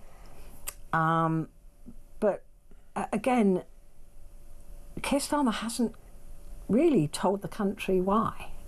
No. Or do you know what I mean? There's no story to this. It's just like, we're going to have to spend more money, we're going to have to get this done. And I think he needs to actually say, look, this is the position we're in now. Yeah, it does feel as though there's this almost sort of subtle drumbeat of we could be facing some kind of nuclear incident at some point without, as you say, anybody explicitly stating it. I mean, I would have thought, given our experience with how badly prepared we were for the COVID pandemic, that the idea that we're anywhere near capable of dealing with a potential nuclear attack is probably miles away. And again, with the huge pressure on public finances, would it be acceptable to spend millions and billions potentially preparing for a potential nuclear attack when literally schools and hospitals are still in a perilous state and also need funding? So not quite sure quite how much preparation they're going to do, and stockpiling nuclear equipment and medicines. It says it could treat the military. No mention of it treating us. Civilians. Oh, we're on our own. Yeah. Just They've treat got the all the soldiers. people causing these problems have got bunkers. The rest of us are going to be left high and dry, quite literally. I mean, but the thing is, you've got to think about is if we don't prepare now and spend 3 to 5% of GDP during an attack or any form of attack that may or may not or may happen, we'd be looking at spending 50 to 70% of GDP. Yeah, which is what we've had to do in the past. So it's either do it now properly and skill up and get things ready. Otherwise, then we are on a war footing country, and 2/3 of our money gets spent on the war effort. Yes, and that's what's happening in Russia at the moment. It's effectively a war economy, most of the money is being spent on and in Ukraine. I mean, you're looking at, and I think for us during the tail end of the Second World War, it was 52% of the country's money was spent on the war. So we're going to have to. It's either now or then, one way or the other. Let's have a look at the Metro again. A new police hunt in Portugal. 18 years on. Maddie search. I just Well, they're searching a vast area, aren't they? And unless they had specific a tip-off about a particular area, I would have thought the chances of finding anything are very, very slim, because it is a vast area of scrubland and dilapidated buildings near to Praia de Luz, where Madeleine McCann went missing, but just a huge area of scrubland that looks very unpromising in terms of finding it really any evidence. does. And not to put too fine a point on it, 18 years with a little girl, I'm not sure they're going to find very much. And in that heat and all, I don't really want to paint a picture, but you know what I mean. They're not going to find very much anyway. But this is just an area where this predator was sort of hanging out. Christian B, they're calling him, but that's the sort of the area that he was. Yes, he had a home nearby allegedly, and it's possible that he was around at the time, but there doesn't seem to be any strong evidence linking to it. No, there really doesn't. Let's take a break, Vincent. We'll come back and have a look at the rest of the papers in just a moment.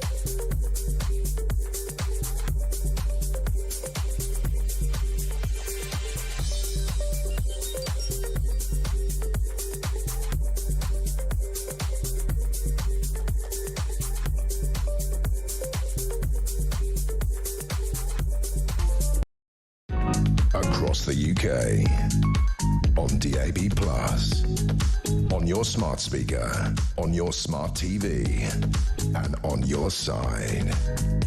This is Talk.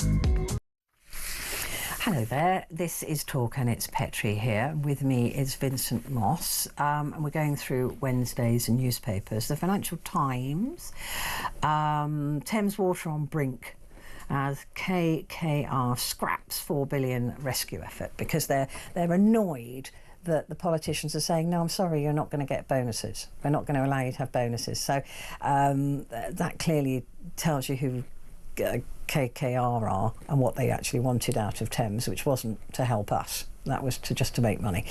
So it looks like renationalisation in some form looms for Thames Water. It does. I mean, and the government, obviously, we've been discussing, has got very little money, but it does look as though it's going to have to be some kind of state intervention, because this sort of favoured US private equity house that we're going to take it on, KKR, aren't. The company's still a basket case, huge debts, still bad. I don't know why anybody would invest in it, because it's got too much debt. I mean, who would invest in it unless you had nefarious ideals? There seems to be somewhere, and I don't understand the world of high finance, where you seem to be able to buy debt-laden companies and still somehow make money, load more debt onto them and sell them on. That's how you do it, yeah. It's all a complicated process which seems to enrich those who tend to buy it, but doesn't seem to do very much for the customers and consumers. I think people just want to see a resolution. There's 16 million people, I think, who rely on Thames Water for their sort of water and sewage to be taken away. So it's worrying. Bills are shot up again. 35%. Crazy, isn't it? A huge amount of money. And, of course, we're hitting the summer, and there are already rumours about potential drought orders and hosepipe bans, and maybe... And they're saying they're going to have to put the bills up again by another, I think, 20%. Exactly. And the government's under pressure. It's trying to build more reservoirs. We haven't built a reservoir for decades and decades. I think there are plans for 9 more to try and get the water supply sorted out. But it's almost every single bit of society and spending that you look at is a problem at the moment. It really is. And the water and sewage continues to remain a really big one. I mean, but if we do end up on a war footing, I mean, water's pretty important, right? Yeah. we can't have a situation where water belongs to another country. Yeah, water, power, food. All of it. Yeah. I mean, we do. Yeah. But yeah, that's the big. That is the big story on the front there. Big Four race to cash in on clamour for auditing effectiveness of client AI tools. That sounds so boring.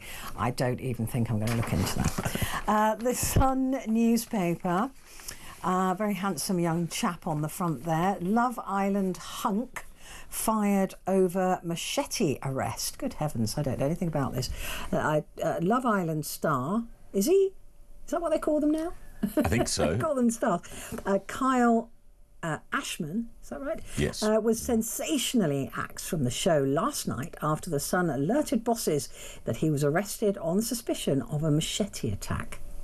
ITV chief sent him home from Mallorca, plunging the show into chaos.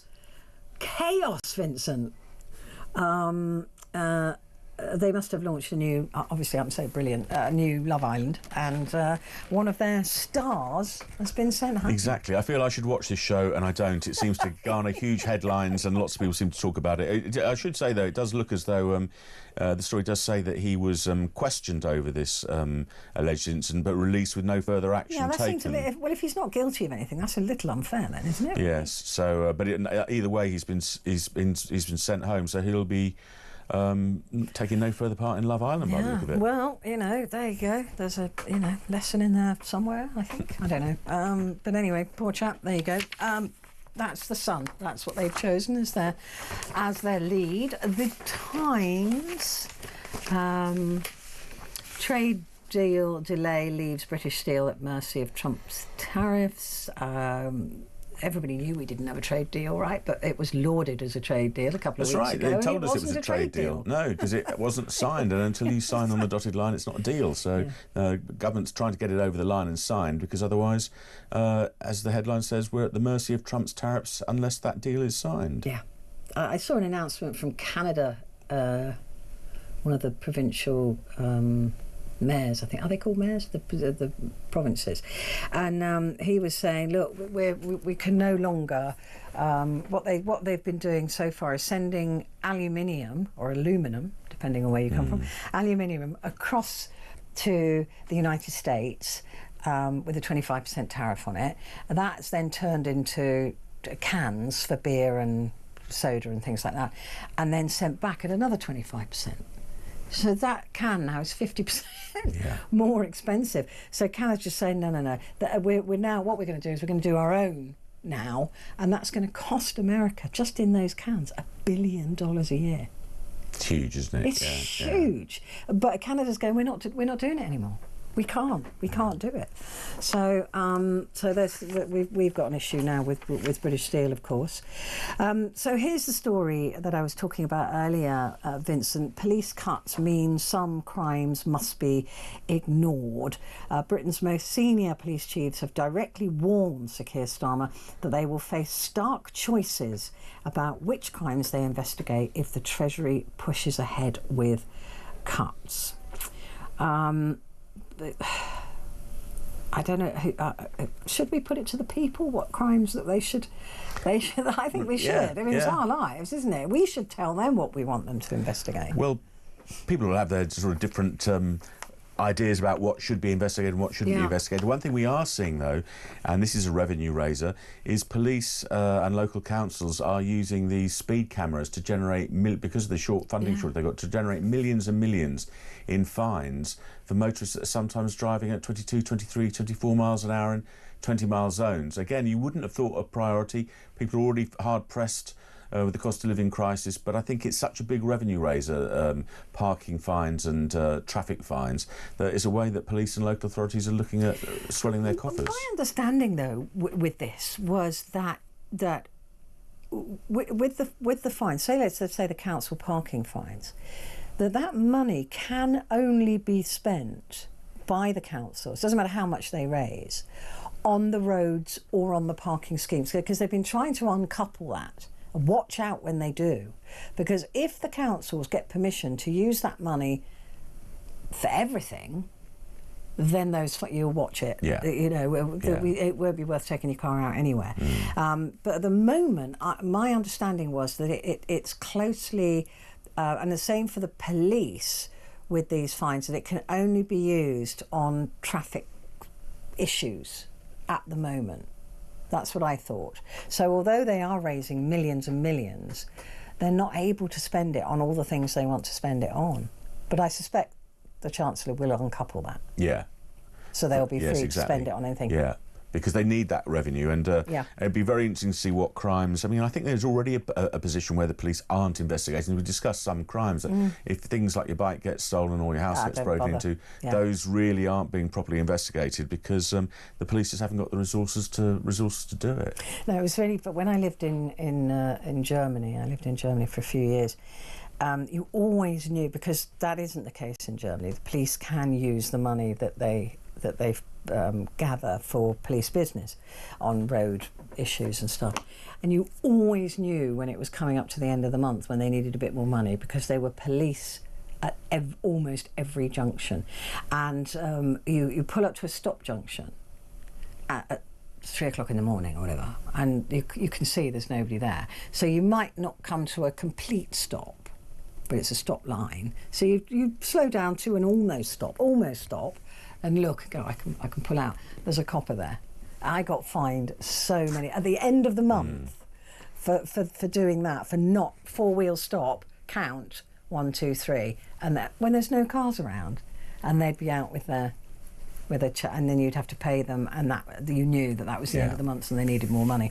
That's what we're heading towards here if they allow that to happen. What else? Water sector. They've chosen that, and of course the images of police searching in Portugal. The Guardian. Bernie Sanders. What a guy he is. Crikey, top left of the Guardian there. Some of the rallies he's been holding in the States. Have you listened to any of them or watched them? They're amazing. Yeah. He is. What a guy. What a guy.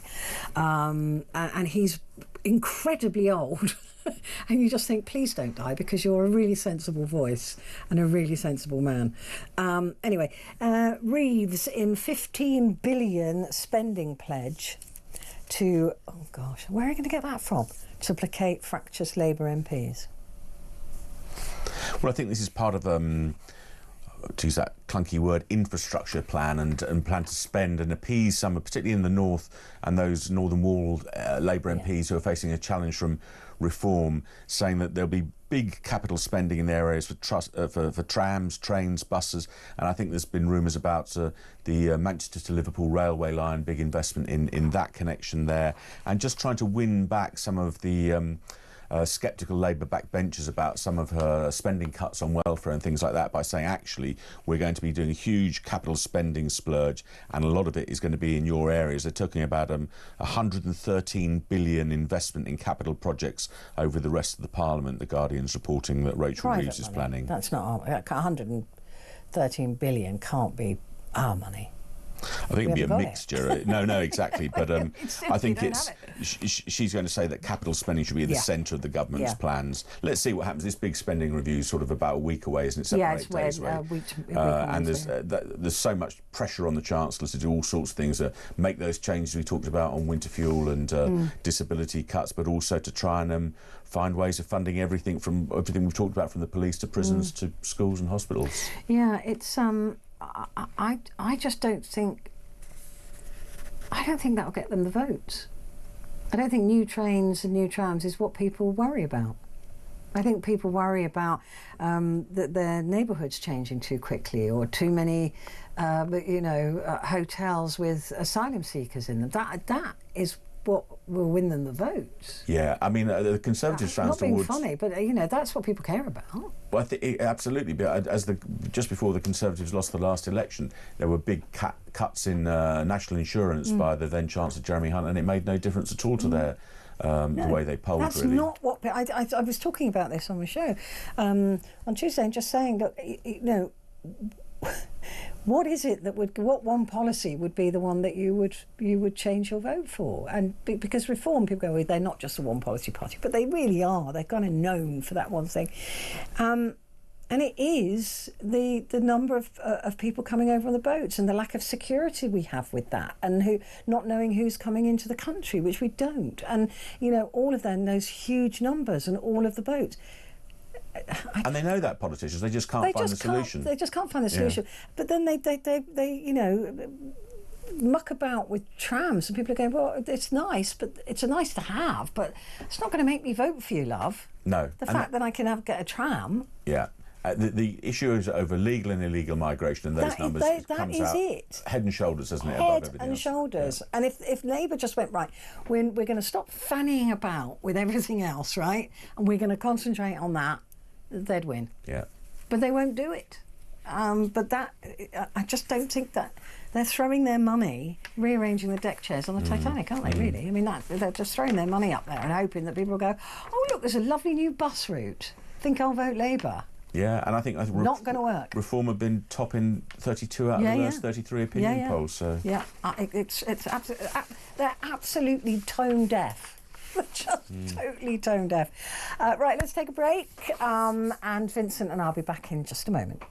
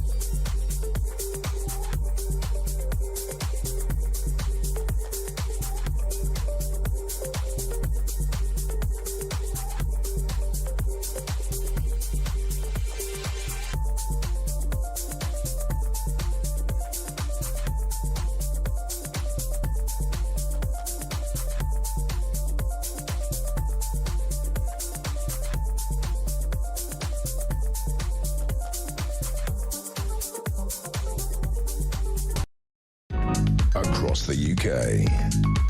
On DAB+, on your smart speaker, on your smart TV, and on your side. This is Talk.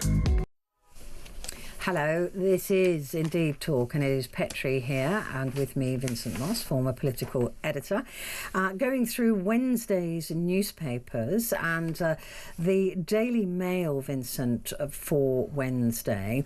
This is Labour's not going to be happy about this. Labour tries to blame the weather for a surge in crossings. Well, we do know that in better weather and calmer seas that we do get more boats coming across, but they're not going to be happy with knowing that the evidence shows now that the Rwanda plan did deter small boats, that people were concerned about being sent to a third country to process their application, which was, even if they got it, they weren't going to be moved back to the UK.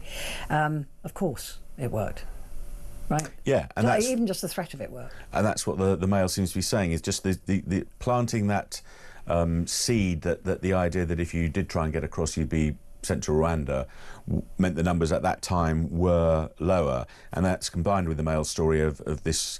Labour did try and blame, as you say, the crossings on, and we know the numbers do go up when the seas are calmer, obviously, and are flatter, more people come over. And the other problem that the government's got and the border forces have got is the amount of people per boat. Apparently the number of boats where more than 70 migrants are on them has gone up exponentially, I think doubled. Because they know they'll be rescued. Yes. As well.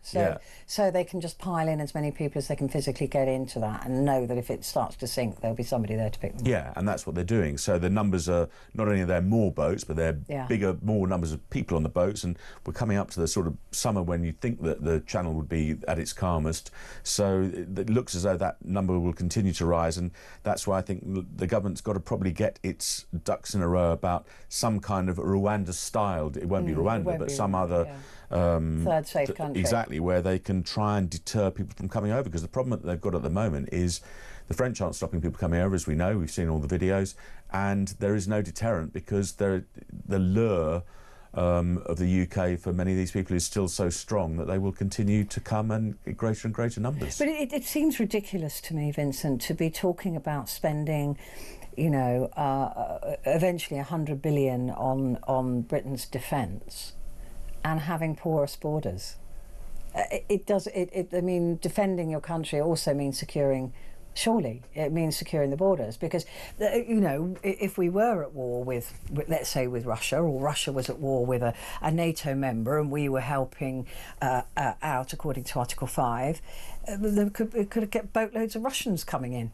Yeah. I mean, you know, we boatloads of Russians, or with Novichok, or whatever, you know, poison-tipped umbrellas. I mean, we can't. It's pointless spending that money on defence if we can't defend our own borders. It's just madness. To some extent, on policing, because a number of these people will be criminals or looking to involve themselves in crime. So, and there's the huge cost of maintaining them when they get here in terms of the spiralling hotel bills and cost of the asylum system. So, it would seem a logical solution to try and tackle this problem. The problem with the huge, or whatever it is, 100-mile of coastline is it was a lot easier. It wasn't that easy at the time, but it was a lot easier to secure the Channel Tunnel and the rail link and stop people coming over in boats and cars when you've got that huge swathe of coastline. Although we've given the French hundreds of millions of pounds to try and stop this, that doesn't seem to be working. And of course, by the time they get halfway across the channel, they're pretty much home and nearly dry, aren't they? Because they get rescued and brought once ashore. they're 30 foot in, I mean, it doesn't seem to be a problem for them. It just makes a mockery of saying, look, we've got to be on a war footing, we've got to be prepared to defend ourselves, we've got to be prepared to protect ourselves, but we're not going to do anything to secure our borders. That to me makes no sense. It's the first thing that you do. Because like I said, you get boatloads of Russians coming over with poisons and bombs. I mean, it's crazy to me. There's no point in it.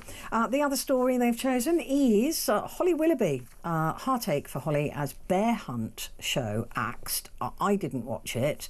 And I don't know if it was a ratings winner, but it's interesting, isn't it? The ebb and flow of stardom in this country. You know, she was and I'm very fond of Holly. I like Holly. That there she was, the queen of daytime, and then the whole thing collapses and implodes because of Philip and her relationship with Philip, and then she decided she wasn't going to continue, and it seems like television has kind of moved on, and it's brutal. Isn't it? Yes. I mean, she's not got a show at the moment. No, it's really hard, and she would, as you say, was literally one of the most famous faces. Star. Exactly. I mean, she was the thing. But you've got to find the right vehicle and the right channel. It'd be very interesting to see, for example, what happens to Gary Lineker. He's no longer at the BBC, and he signed a deal, hasn't he, for the World Cup? He has. I don't know who with a network I hadn't heard DAZN. of, and I think it ties in with his podcast. Yeah.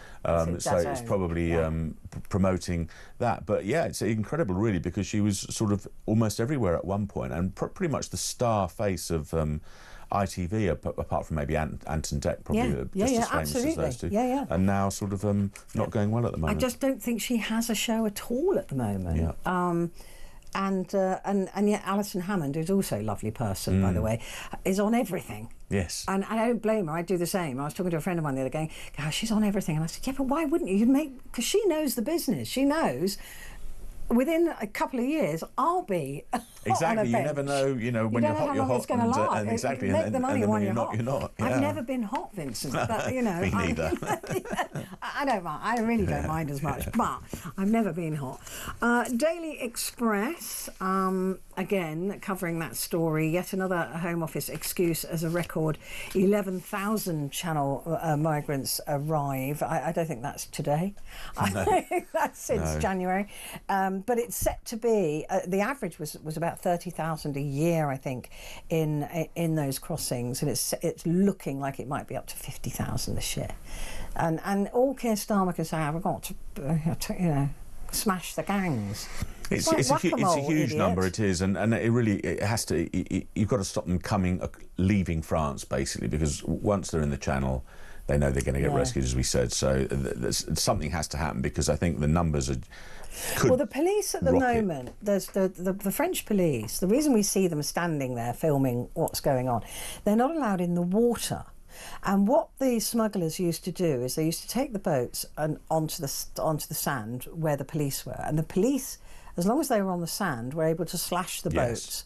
And then the smugglers realised that, so what they do is they get in their boats where there aren't any police, and then sort of come along the coast, and they're just 3 foot away, but the police aren't allowed in the water.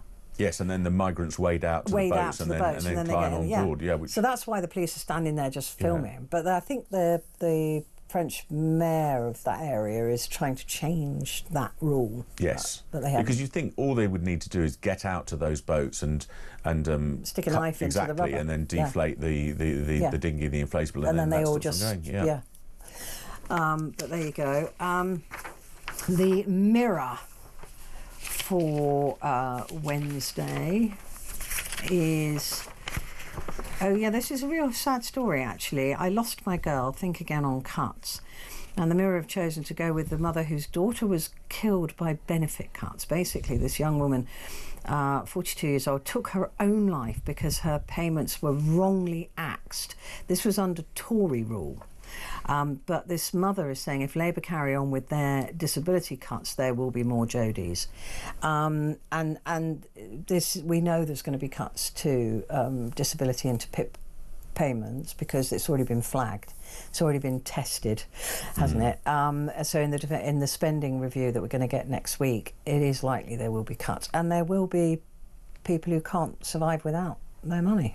Yeah, it's terrible because obviously everybody wants people who are vulnerable and need support to get that support, but there are an awful lot of cases and everybody seems to know somebody who thinks that they're getting benefits that they perhaps shouldn't be getting at the scale or the level that they're getting them at. But again, it's another area where the government, despite its plans to cut these benefits, is under huge pressure from its own ranks to reverse some of those cuts in the same way it said it will do with the winter fuel payments. So it'd be very interesting to see again what the government does, because if it does reverse some of these cuts, you're looking at the potential billions that Rachel Reeves thought she might save. There is not going to happen. So everywhere the government tries to save money, there is pressure not to make those savings. So it's caught between a rock and a hard place, really.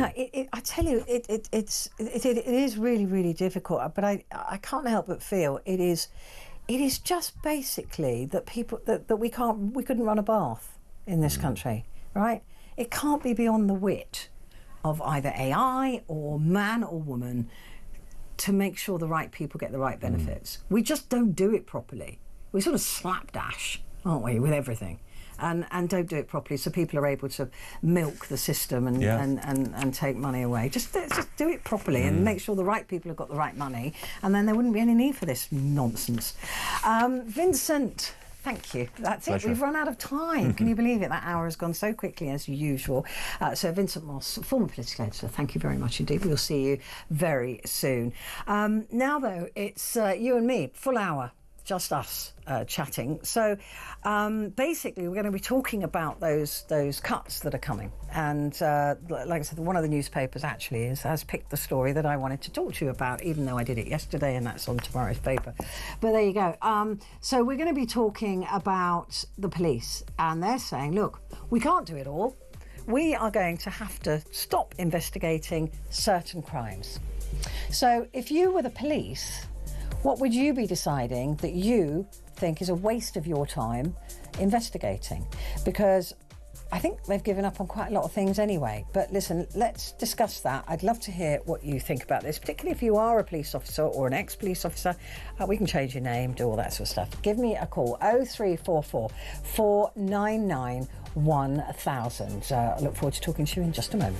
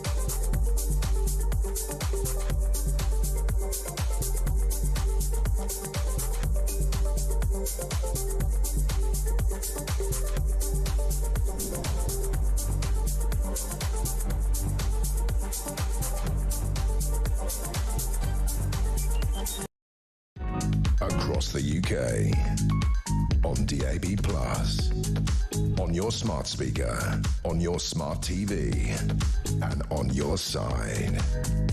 This is Talk.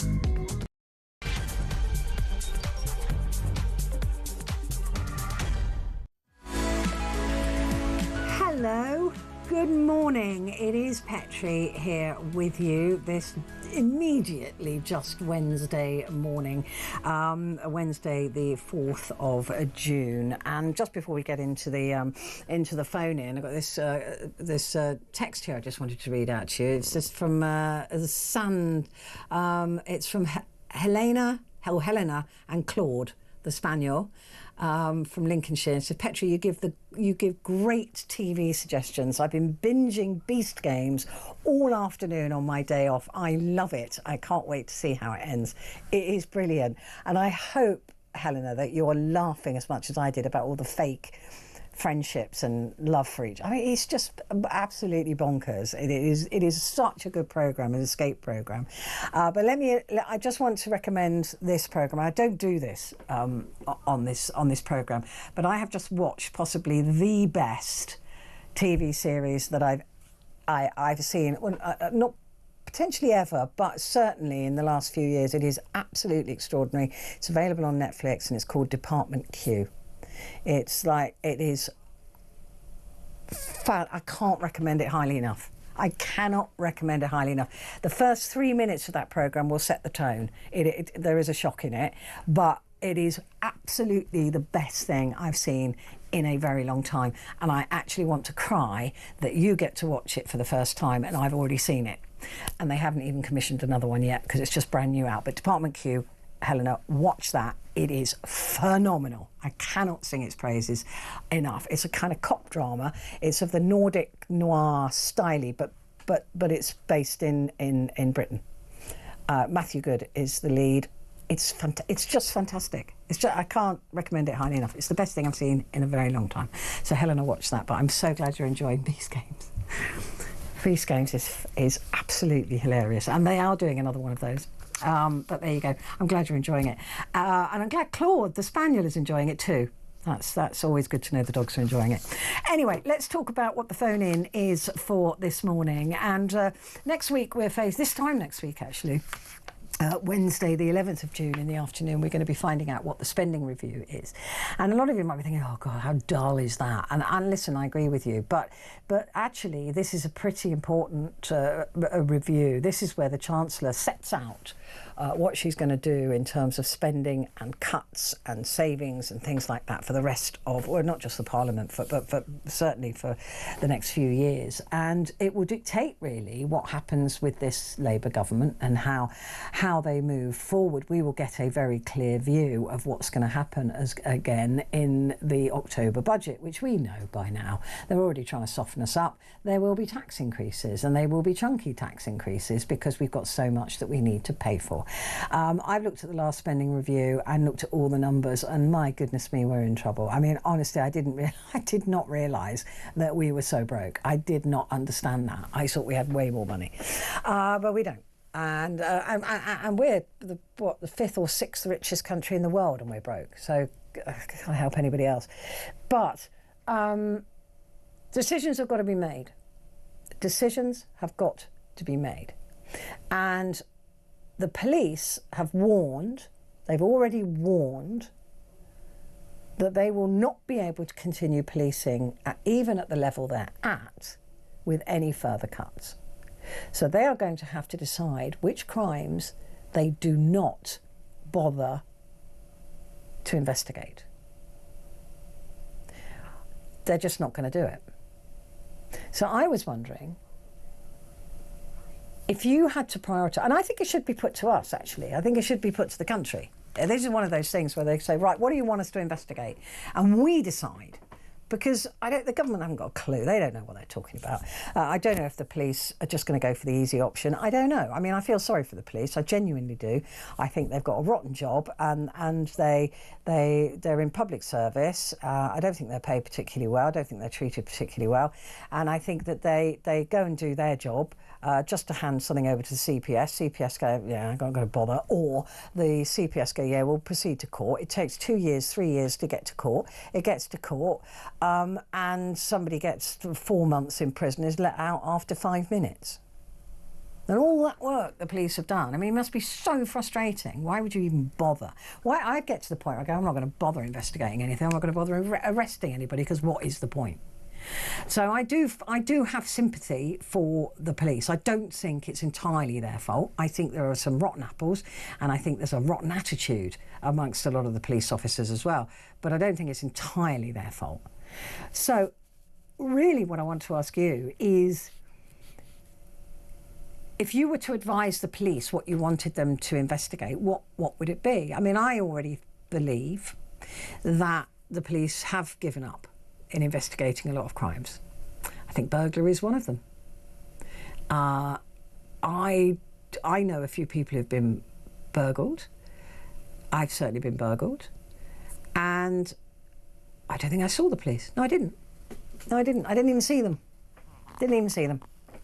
I had all my medals and things nicked. It was very heartbreaking. But they didn't even bother. I just got a crime number. And because the items that I had stolen were of sort of personal value to me, well, I didn't get them back. I didn't get any money. Anyway, I don't want to go into that. It was horrible time. Luckily, I was moving, and I could put that behind me immediately. But have you been burgled and not even what? I'm trying to establish what the police are investigating, right? Do they investigate burglaries? Maybe I was unlucky. Maybe the people I know were unlucky that the police didn't bother. Or they just went, I mean, I even had money, I had checks stolen. When I was working at ITV on This Morning, they would pay me by cheque. It was a few years ago, but it was still odd. But anyway, that was the system. And they rang me one day. It was while a friend of mine was dying. I told you about my best mate who was dying of cancer. And so I wasn't really concentrating on what was coming in and post and things like that. And they rang me and they said, got a problem with some of the checks that we've sent you. And I went, really? I haven't opened my post, sorry. And they said, no, we've had them come back to us with a different name on them. And I was like, what? So anyway, what was happening was somebody was not at ITV and not at my house, which was a single door house, but somewhere in between those, so post office, right, could only be there, was opening my mail, taking out the checks, very professionally retyping, as they were typed by a machine, printing their name on the check. So the name of the criminal was on the check, and then trying to cash it. And luckily that had been flagged up to the accounts department, who went, we don't have anybody by that name. And then they looked at the reference number and they went, well, that's Petrie Hosken, that's not this person. So anyway, all the checks were stopped and I was paid in a different way, etc., etc. And no money was stolen from me, no money was stolen from ITV. However, it was still fraud, and it was post office fraud. This is a big deal.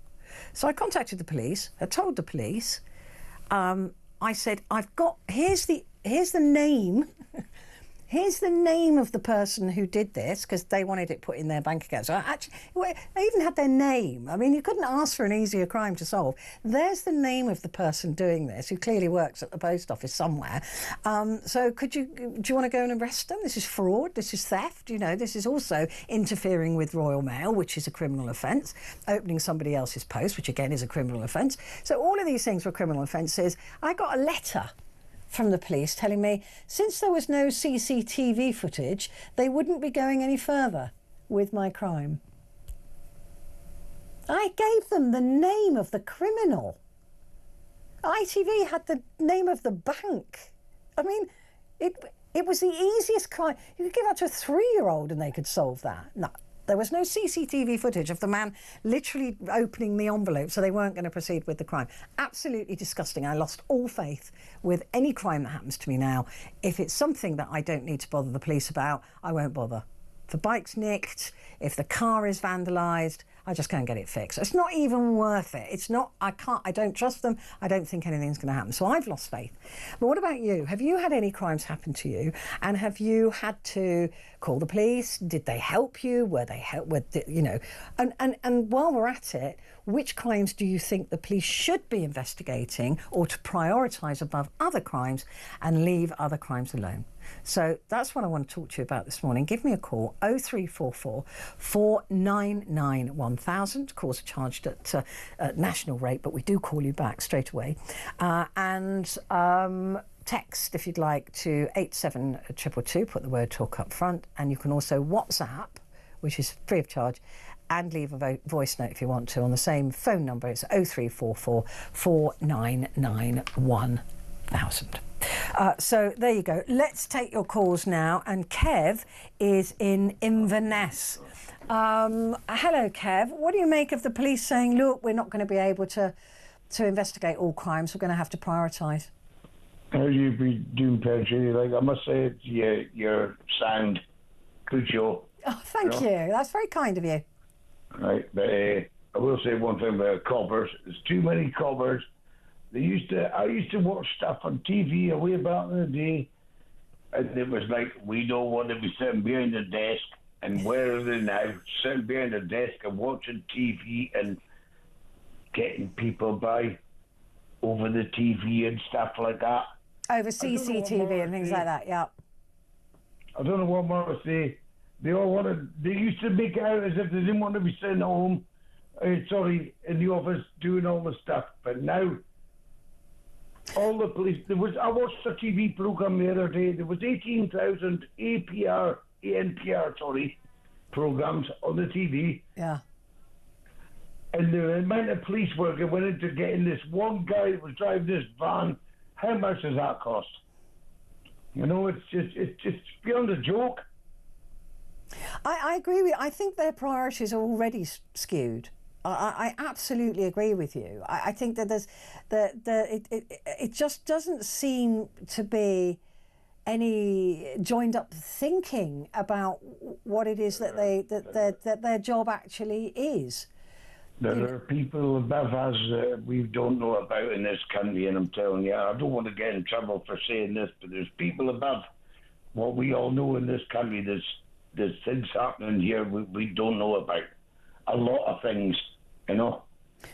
Are you saying that you think it's almost deliberate that we're not getting the protection that we deserve? Oh, I just think there's powers that be in the above that's controlling other things, even to do with the government as well. Mm. But I don't want to go into too much about that because I don't want to get in trouble. Oh, you won't get into trouble, Kev. But yeah, I mean, look, you can't help thinking. I don't know. I don't really understand when I look at the crime figures and I look at what's going on. I don't really understand if the police have ever had a conversation with themselves as to what they're supposed to be doing. I used to know police officers, right, when I was younger. I don't want to name him because he was an old school teacher back in the day, and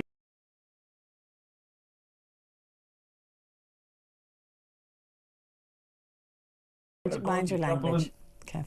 Sorry. That's all right. He told me one night when I was in the street to get up the road because I would have gotten into trouble, and I left. Mm. Now, that was the boys on the beat back in the day. Now, he was only a special copper, right? He wasn't a proper policeman. But he was giving you that edge. And everyone's like, but you've got to understand now, the coppers now, whereas I understand now, they're outnumbered by everybody. But I also think the way they recruit the police now, what they've done is they've got rid of all the experienced coppers who've come up through the ranks, who've learnt their skill, who learnt what it is to be out on the streets, who know what the people are like on the streets, and they're replacing them with cheaper graduates who've never walked the beat. And those graduates, like in the army, the officers are always the posh boys, and the soldiers are always the ones that know what's going on. And it's the same, I think, in policing now. They're just not recruiting the right people. Petrie, I think we should have ex-army in the police force. That's what I think. I would not argue with that for a minute. I would go as long as I used to watch the cartoons and that, like, you know, this is what was quite funny. You used to get the Karachi cops. They'd bail out the police van with the batons and fucking do that. That's what police should be like just now, because that's what would make people realise they're doing something wrong. Yeah, well, it also changed, didn't it, Kev, when it became a service, and when it was referred to as a police service rather than a police force, because policing has changed. But I do think that the recruitment in policing has been, they've got rid of all the expensive older people who know what they're doing and replace them with cheaper people who don't, and that is the same in pretty much every particular walk of life, isn't it? Anyway, Kevin, lovely to talk to you. Thank you. I've got to take a quick break, but I will be back in just a moment.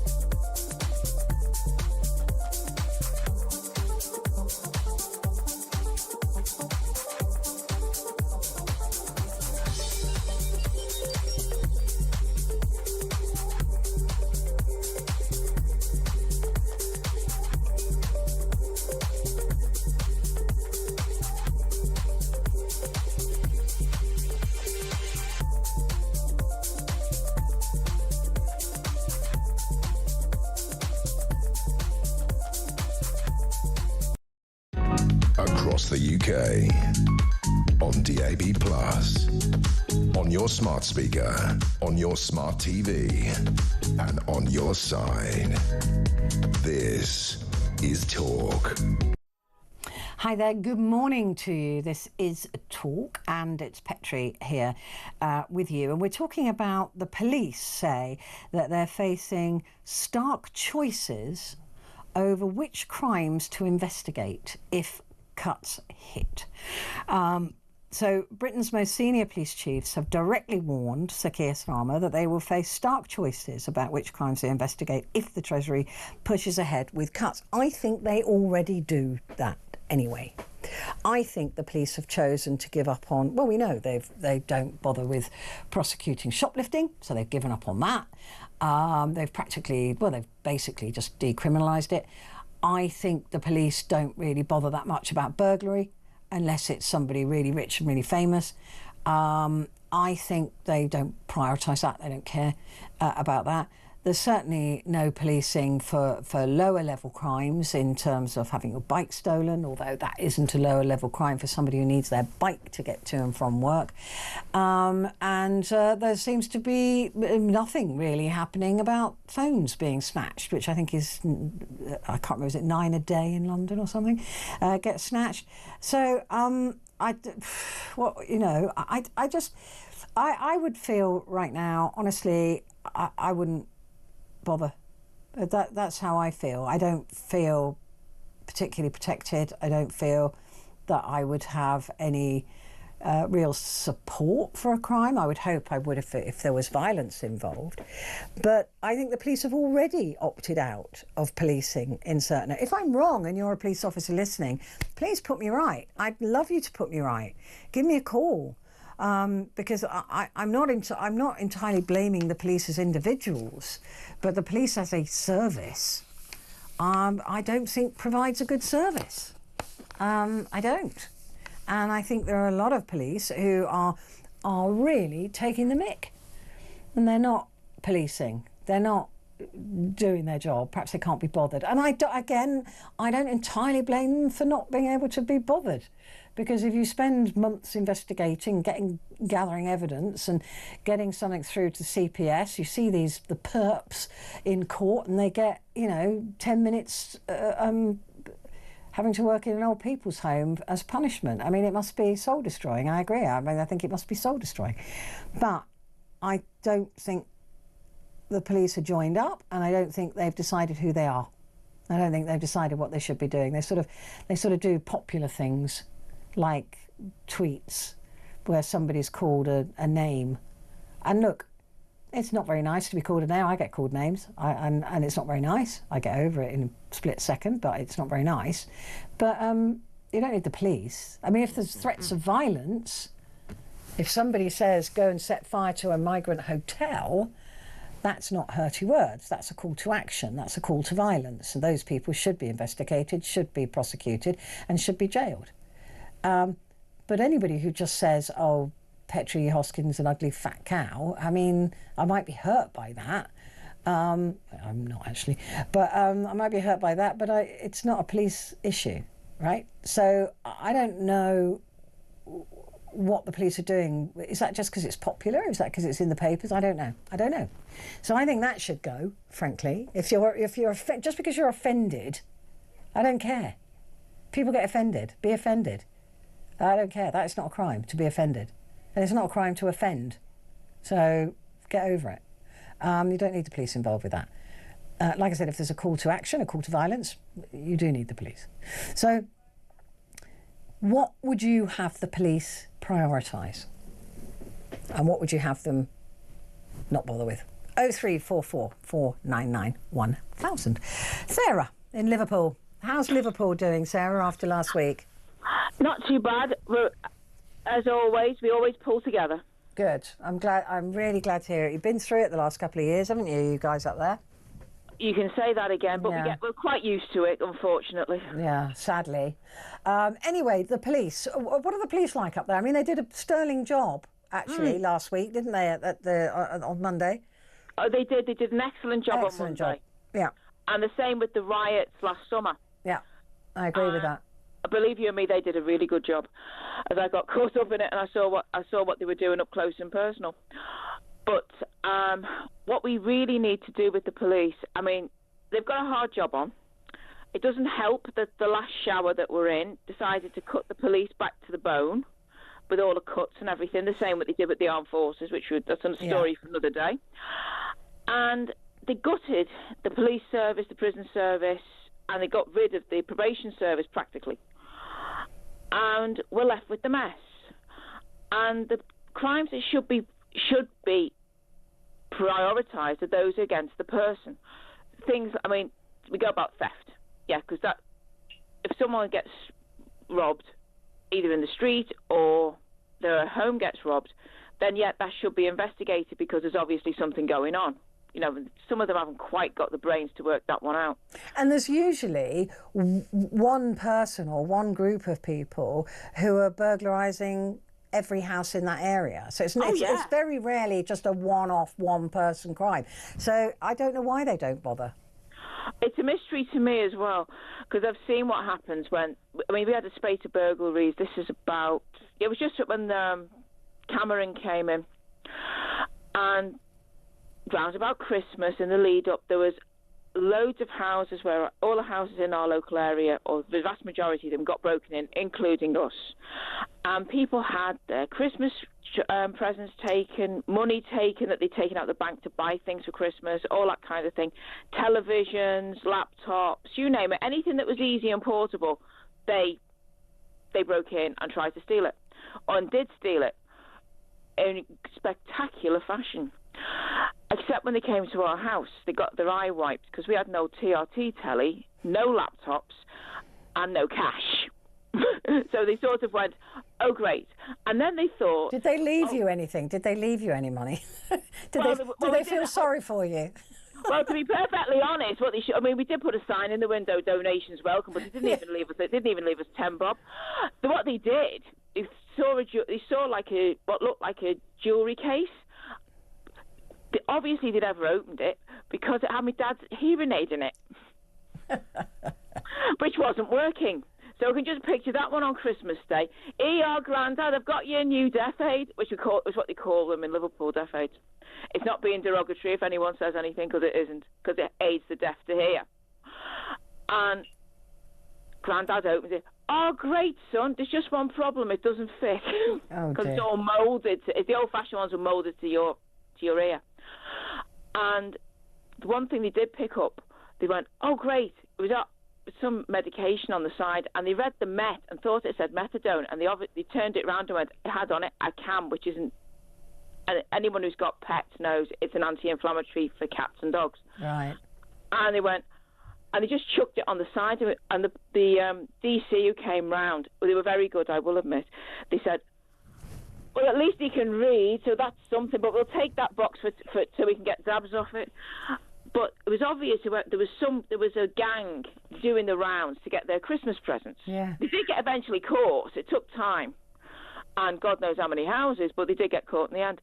But the thing that I'm seeing now, and I saw this in spectacular fashion in the A&E at the Royal Liverpool. This was about the first bank holiday weekend of May. There was a girl brought in, and it was obvious that she'd been spiked. She was all over the place. And luckily, she was with her boyfriend and two of her friends. So she was safe in that respect, because she said all she had was half a glass of Coke, and the next thing she went down like a sack of spuds. So I looked at her and I went, I saw the state of it, and I just thought this has got to be odds-on favourites, GHB or ketamine, which is becoming a rather, what they used to call a Mickey Finn drug in the old days, a spiking drug of choice at the moment, because there's that many girls who've gone down with being poisoned by it.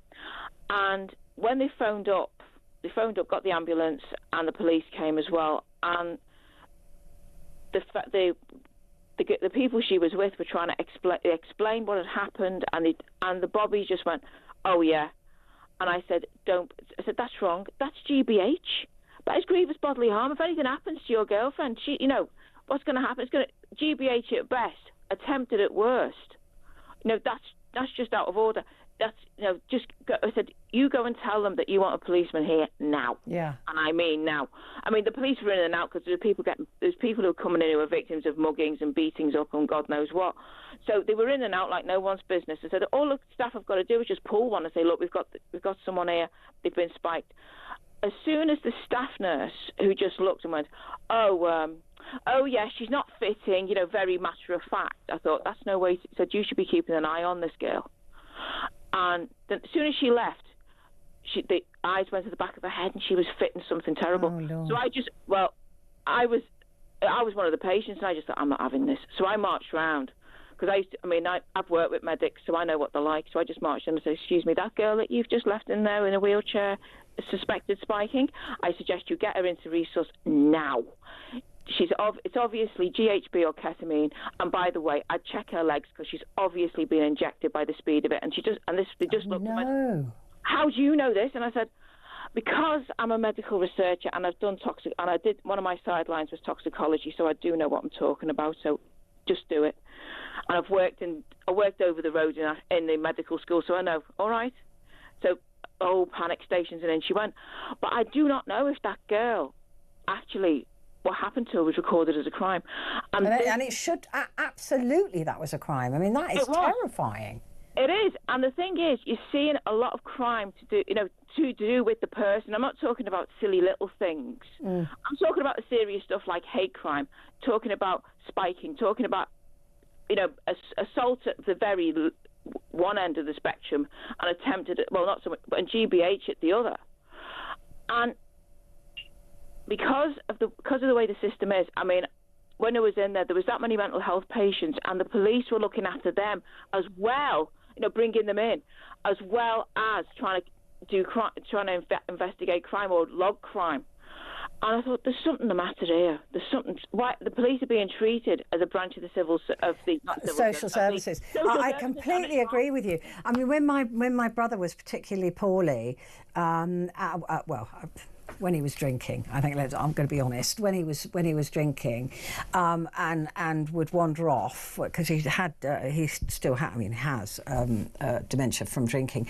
But so if he drinks, he goes particularly off the rails, and he wanders off. We don't know where he is. It's the police that find him, and I always feel so bad for them because if they get a phone call saying there's this bloke, we think he's dead on the platform on a train station or wherever it is he's ended up, and they go and find him, and then they've got to escort him to hospital, and then they've got to stay there while they try and identify him, and that is a waste of police time. That is not what the police should be doing.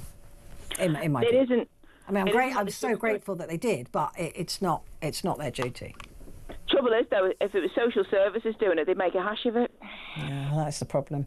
That's the problem. And it's the police they've got the skills to actually go and look for somebody, but they also need somebody there who knows about, like a mental health nurse, a specialist anyway, who's with them. That they can hand them over to. Yeah. They can hand them over. I mean, they did do a trial of it, I think, somewhere. I think it was Greater Manchester or Lancashire. It was years ago. And it did work, but it never got rolled out. Again, down to austerity Mark 1. And that's where we have a problem. And also the fact that a lot of people these days, because they do a lot of, again, crime against the person, they do a lot of their banking on the phone or on a laptop.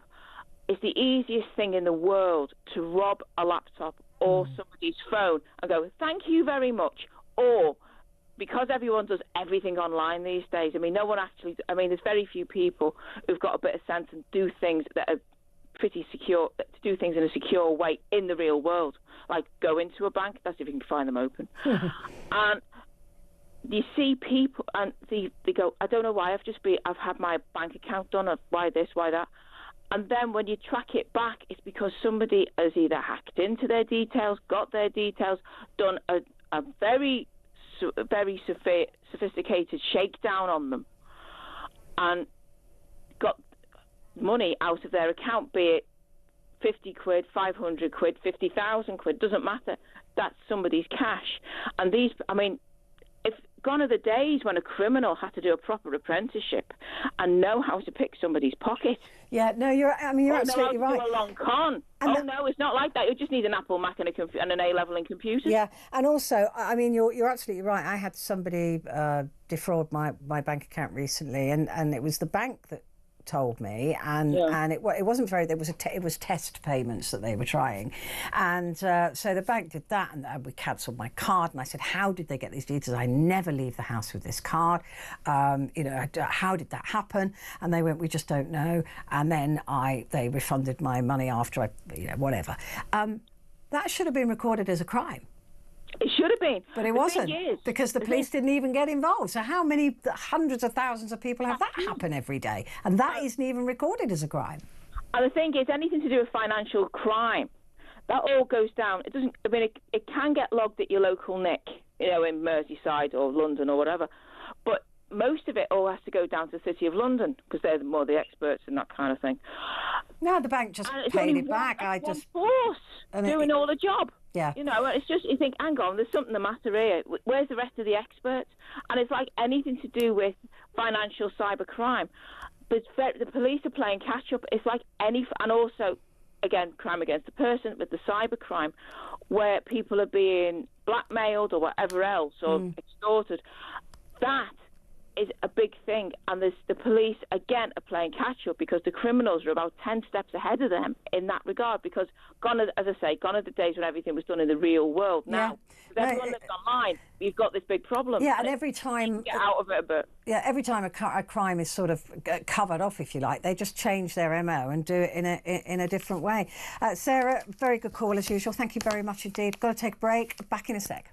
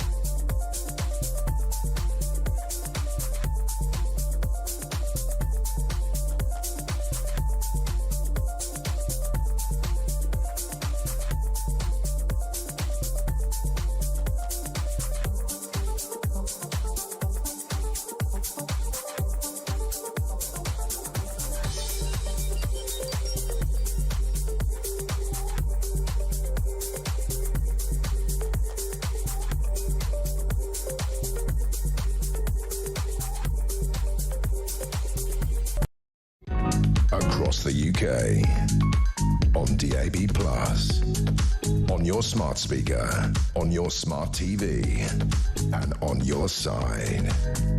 This is Talk.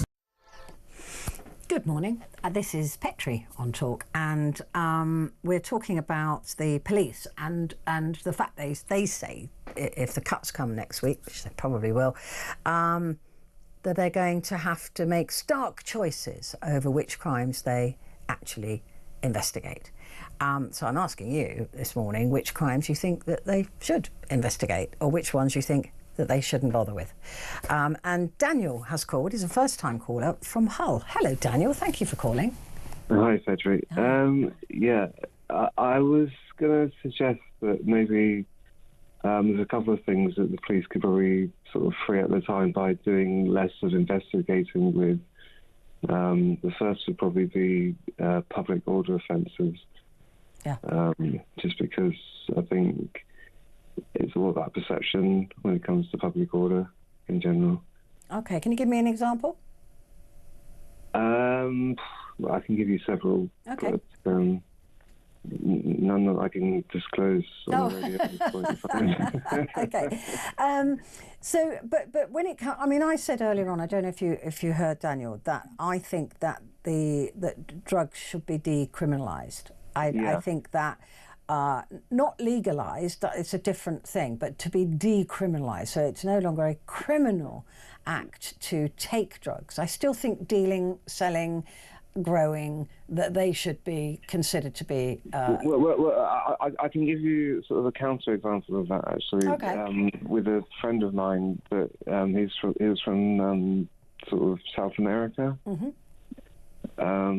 and where he was from, like the wholesale price, well, the price that the retail was paying per gram was £5. A gram of what? A gram of cocaine, yeah, about 80%, like maybe a bit around that sort of thing. And like the retail, the tourist price was about £20 up to maybe about sort of 15 sort of thing. So that would be quite cheap, really. Yeah, but that's dealing, isn't it? I mean, dealing. Well, no, but it was like sort of, you could sell it, you could sort of purchase at that price for personal use from various sources.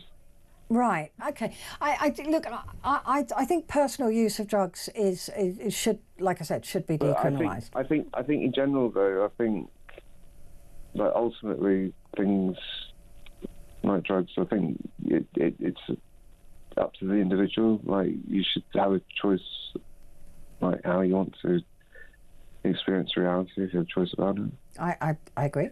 And that's why I think it should be decriminalised. And I think that the police waste an awful lot of time on people who use cannabis, and it is a personal choice. It's like smoking. We all know it's bad for you, but if you want to choose to do it, that's your choice. And at least you pay a lot of tax when you buy nicotine, and that goes towards the NHS, which will fundamentally at one point have to look after you. But what would you have them prioritise then? So you'd like them to no longer prioritise the buying of drugs or even the selling of drugs? You say that should be fine as well. I think there's a case of legalising, like, selling the drugs as well, to be honest. I mean, again, if it was done through, like they do in America with cannabis in a lot of states, then you make the tax from that. No, I think like the best way. Because you've still got illegal gangs, you've still got illegal activity bringing drugs into the country, where people might have been killed along the way in order to get the drugs into the country, or to, I don't know, and gangs that profit in that way, and then they use that money to traffic people. So I still think that the trafficking of drugs and the selling of drugs, because of the way that is very criminal, that should still be a criminal act. But I think the buying of drugs and taking of drugs shouldn't be. Do you see what I mean? The difference. You don't agree with me? I think you have to be able to control the purity of drugs. Yeah, I agree. And the only way you can do that is by decriminalising it or legalising it and selling it through. Well, the only way you can't control the purity of it just by decriminalising it. You'd have to legalise it.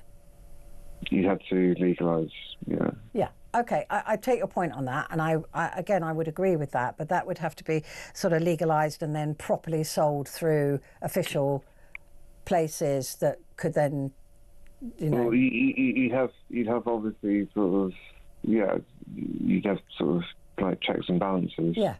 I don't have a problem with that, and I think that would sort out the purity. I think you're absolutely right, because people are going to take this stuff anyway. And it's better if it's clean rather than dirty. It's better for the NHS, it's better for mental health, it's better for everything, and it's better for policing. So that I will accept. So what would you have them prioritise then?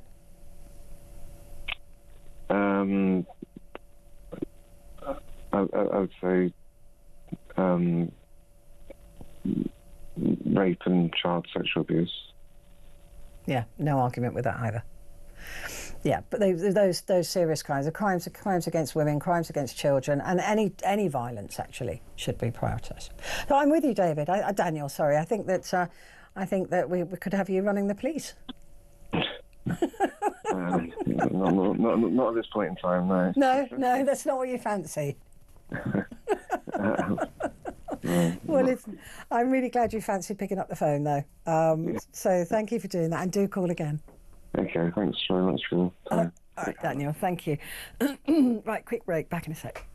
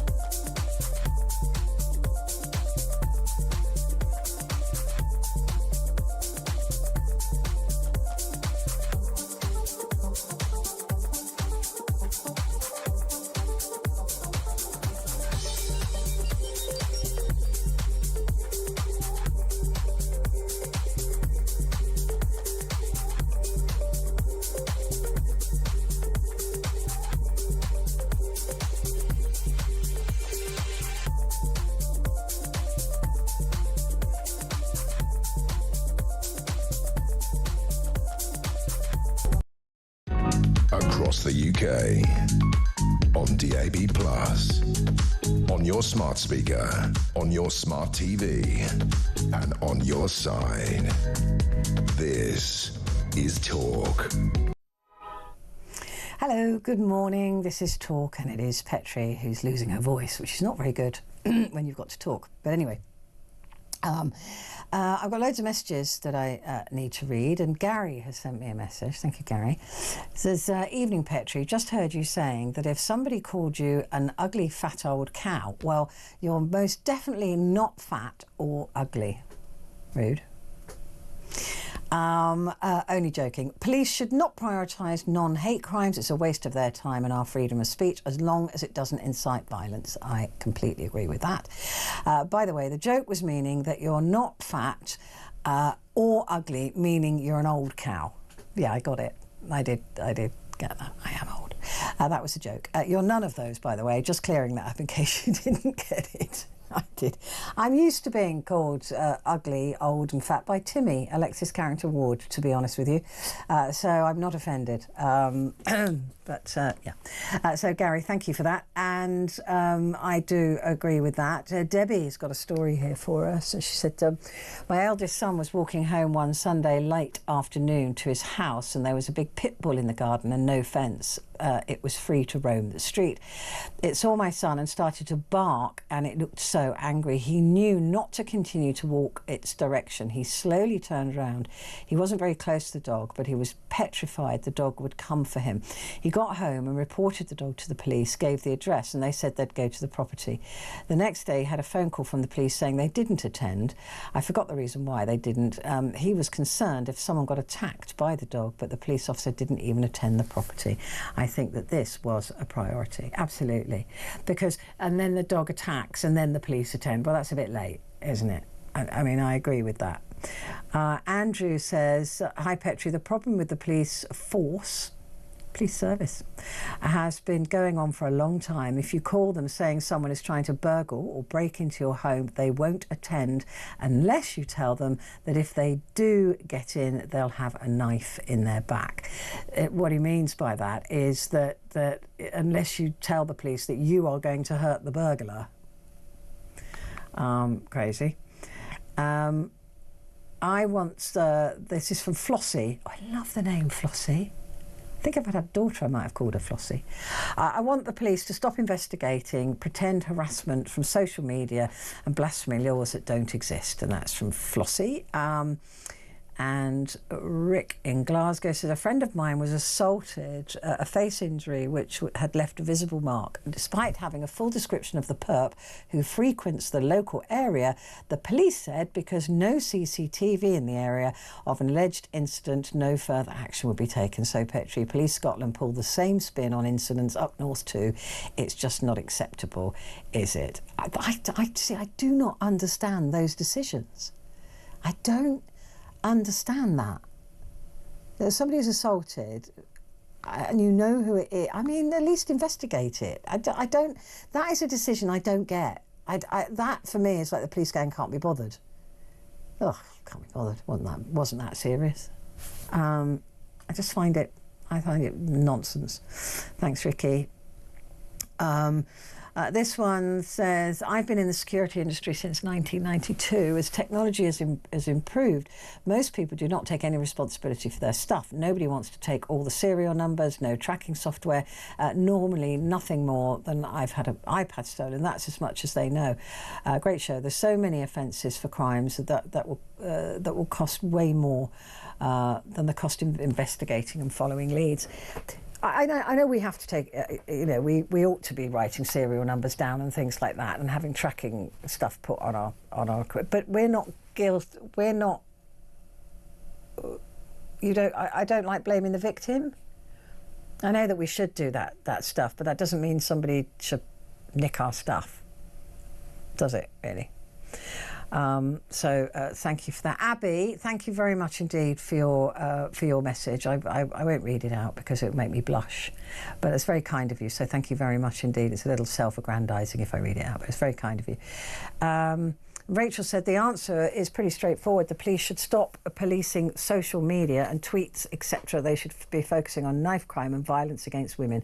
They should bring back stop and search immediately. So that's that. And Alison, as a former officer, all crimes should be investigated. Stop all of this non-crime stuff. Can somebody explain to me? The police are there to investigate crimes, right? That's what they're for. Why are they investigating non-crime? I don't understand. I've never understood that. Non-crime incidents. If they're non-crime, why are the police involved? Not a crime. I don't understand. It says it on the tin. Non-crime. This is not a crime, right? That's basically what it's saying. This is not a crime incident. That has confused me since that came about. Maybe it's just me. Stop all this non-crime stuff and get the police out on the streets. The system needs updating to reduce paperwork, and the CPS needs to do a better and faster job. Completely agree. Plus, pay is lower now than when I was serving, and the officers do not get the support or backup they should. In the 90s, I turned up for duty to find there was only me and one other officer to police a big town and area, so it was still an issue back then. And that's from Alison. Yeah, I mean, it's that non-crime stuff, don't get it. Kevin is in Hull. Hello, Kevin. How are you this morning? Good morning, Petra. Good morning. Another one from Hull. Yeah, we've got loads of you from Hull tonight. Yeah, what's going on in Hull? I Not don't very know. much. You're all listening to the radio or watching the telly. Right, Kevin, what, you're saying, I've seen on your notes, you're saying you come from a high crime area. Yes, we do. What was interesting, it made me laugh one evening. I was watching telly and with the curtains open, there must have been a severe domestic over the road. And what happened was 2 police women and 2 policemen knocked on their door. There was no answer, so they went door to door. And all of a sudden, it was like rat leaving a ship. People on bikes with their man bags on were peddling out of their front doors. And I didn't realise how much wheeling and dealing there is in the surrounding area. Oh, I see. It was actually quite funny. It was something like out of Benny Hill. So all of these drug dealers suddenly sort of disappearing. Oh, yeah, coming out of the woodwork. Bikes were coming out of houses with their man pouches on, and they were buggering off. I was like, oh my God, you know. So yeah, I think sometimes boots on the ground, so to speak. It's I'm sure they get a lot of abuse from teenagers, early teenagers, but the effect was absolutely instant. Yeah. I mean, I have to say, I live in a not a particularly smart area. Everybody thinks I live in, somewhere smart, but I don't. I live in Shepherd's Bush, and, directly near to one of the biggest council estates in Europe, and across the road from one, and all of that. I can't remember when I last saw police. I saw some of those pretend police. What are they called again? The ones that... PCSOs. PCSOs. Saw a couple of them. You call them organ donors in hospital. God, stop it. So I saw a couple of them wandering around, but I wasn't sure whether they were... I don't know what they were doing. Two slightly older ladies doing their lovely civic duty, or whatever you want to call it, volunteering. Although actually I think they get paid, don't they? It's the specials that don't get paid. I think the PCSOs do get paid. But I haven't seen any police around my area for boots on the ground.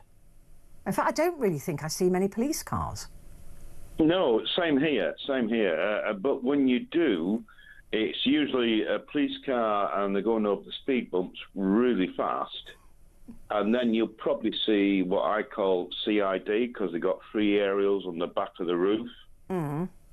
So, in the plainclothes cars. Yeah, it's something serious going on. But the thing is, it's, I can stay awake till 4 in the morning, and there's these electric bikes without pedal. They go seriously fast. Mm. And they're whizzing up and down, up and down, up and down. But as you said, you won't see a police car. No, I think these PCSOs, they were looking at some fly tipping, which is a problem in my area. But the PCSOs do not have the power of arrest. As normal citizens, we have the power of arrest, right? We can do a citizen's arrest. PCSOs can't. Yeah, they can't. They're not allowed to arrest. They can't interview or process prisoners or conduct major investigations. The primary focus of the community engagement, addressing local issues and supporting police officers, and also looking at fly tipping. That's what they do in our area. That's what we have in Shepherd's Bush, one of the roughest areas in the country. That's what we've got. How can you get away with fly tipping in Shepherd's Bush? It's just... What, in the bush? In the bush. Yeah. Right at the end of my roads, they've chosen a lovely little area there where they dump mattresses, and it's nice around where I live. It's nice. Mattresses, and if you want an old mattress or a fridge, let me know. I can always sort you out with one. It's never going to be a problem. Thank you, Petra. Anytime. You just give me a call. I can have it up to Hull in a heartbeat. Don't you worry about that. Kevin, thank you very much indeed. NCHIs. What's an NCHI? Were introduced as part of efforts to monitor and prevent hate crimes. They allow authorities to identify patterns of discriminatory behaviour which might later escalate. Oh, non-crime hate incidents. Thank you. I've just figured that out.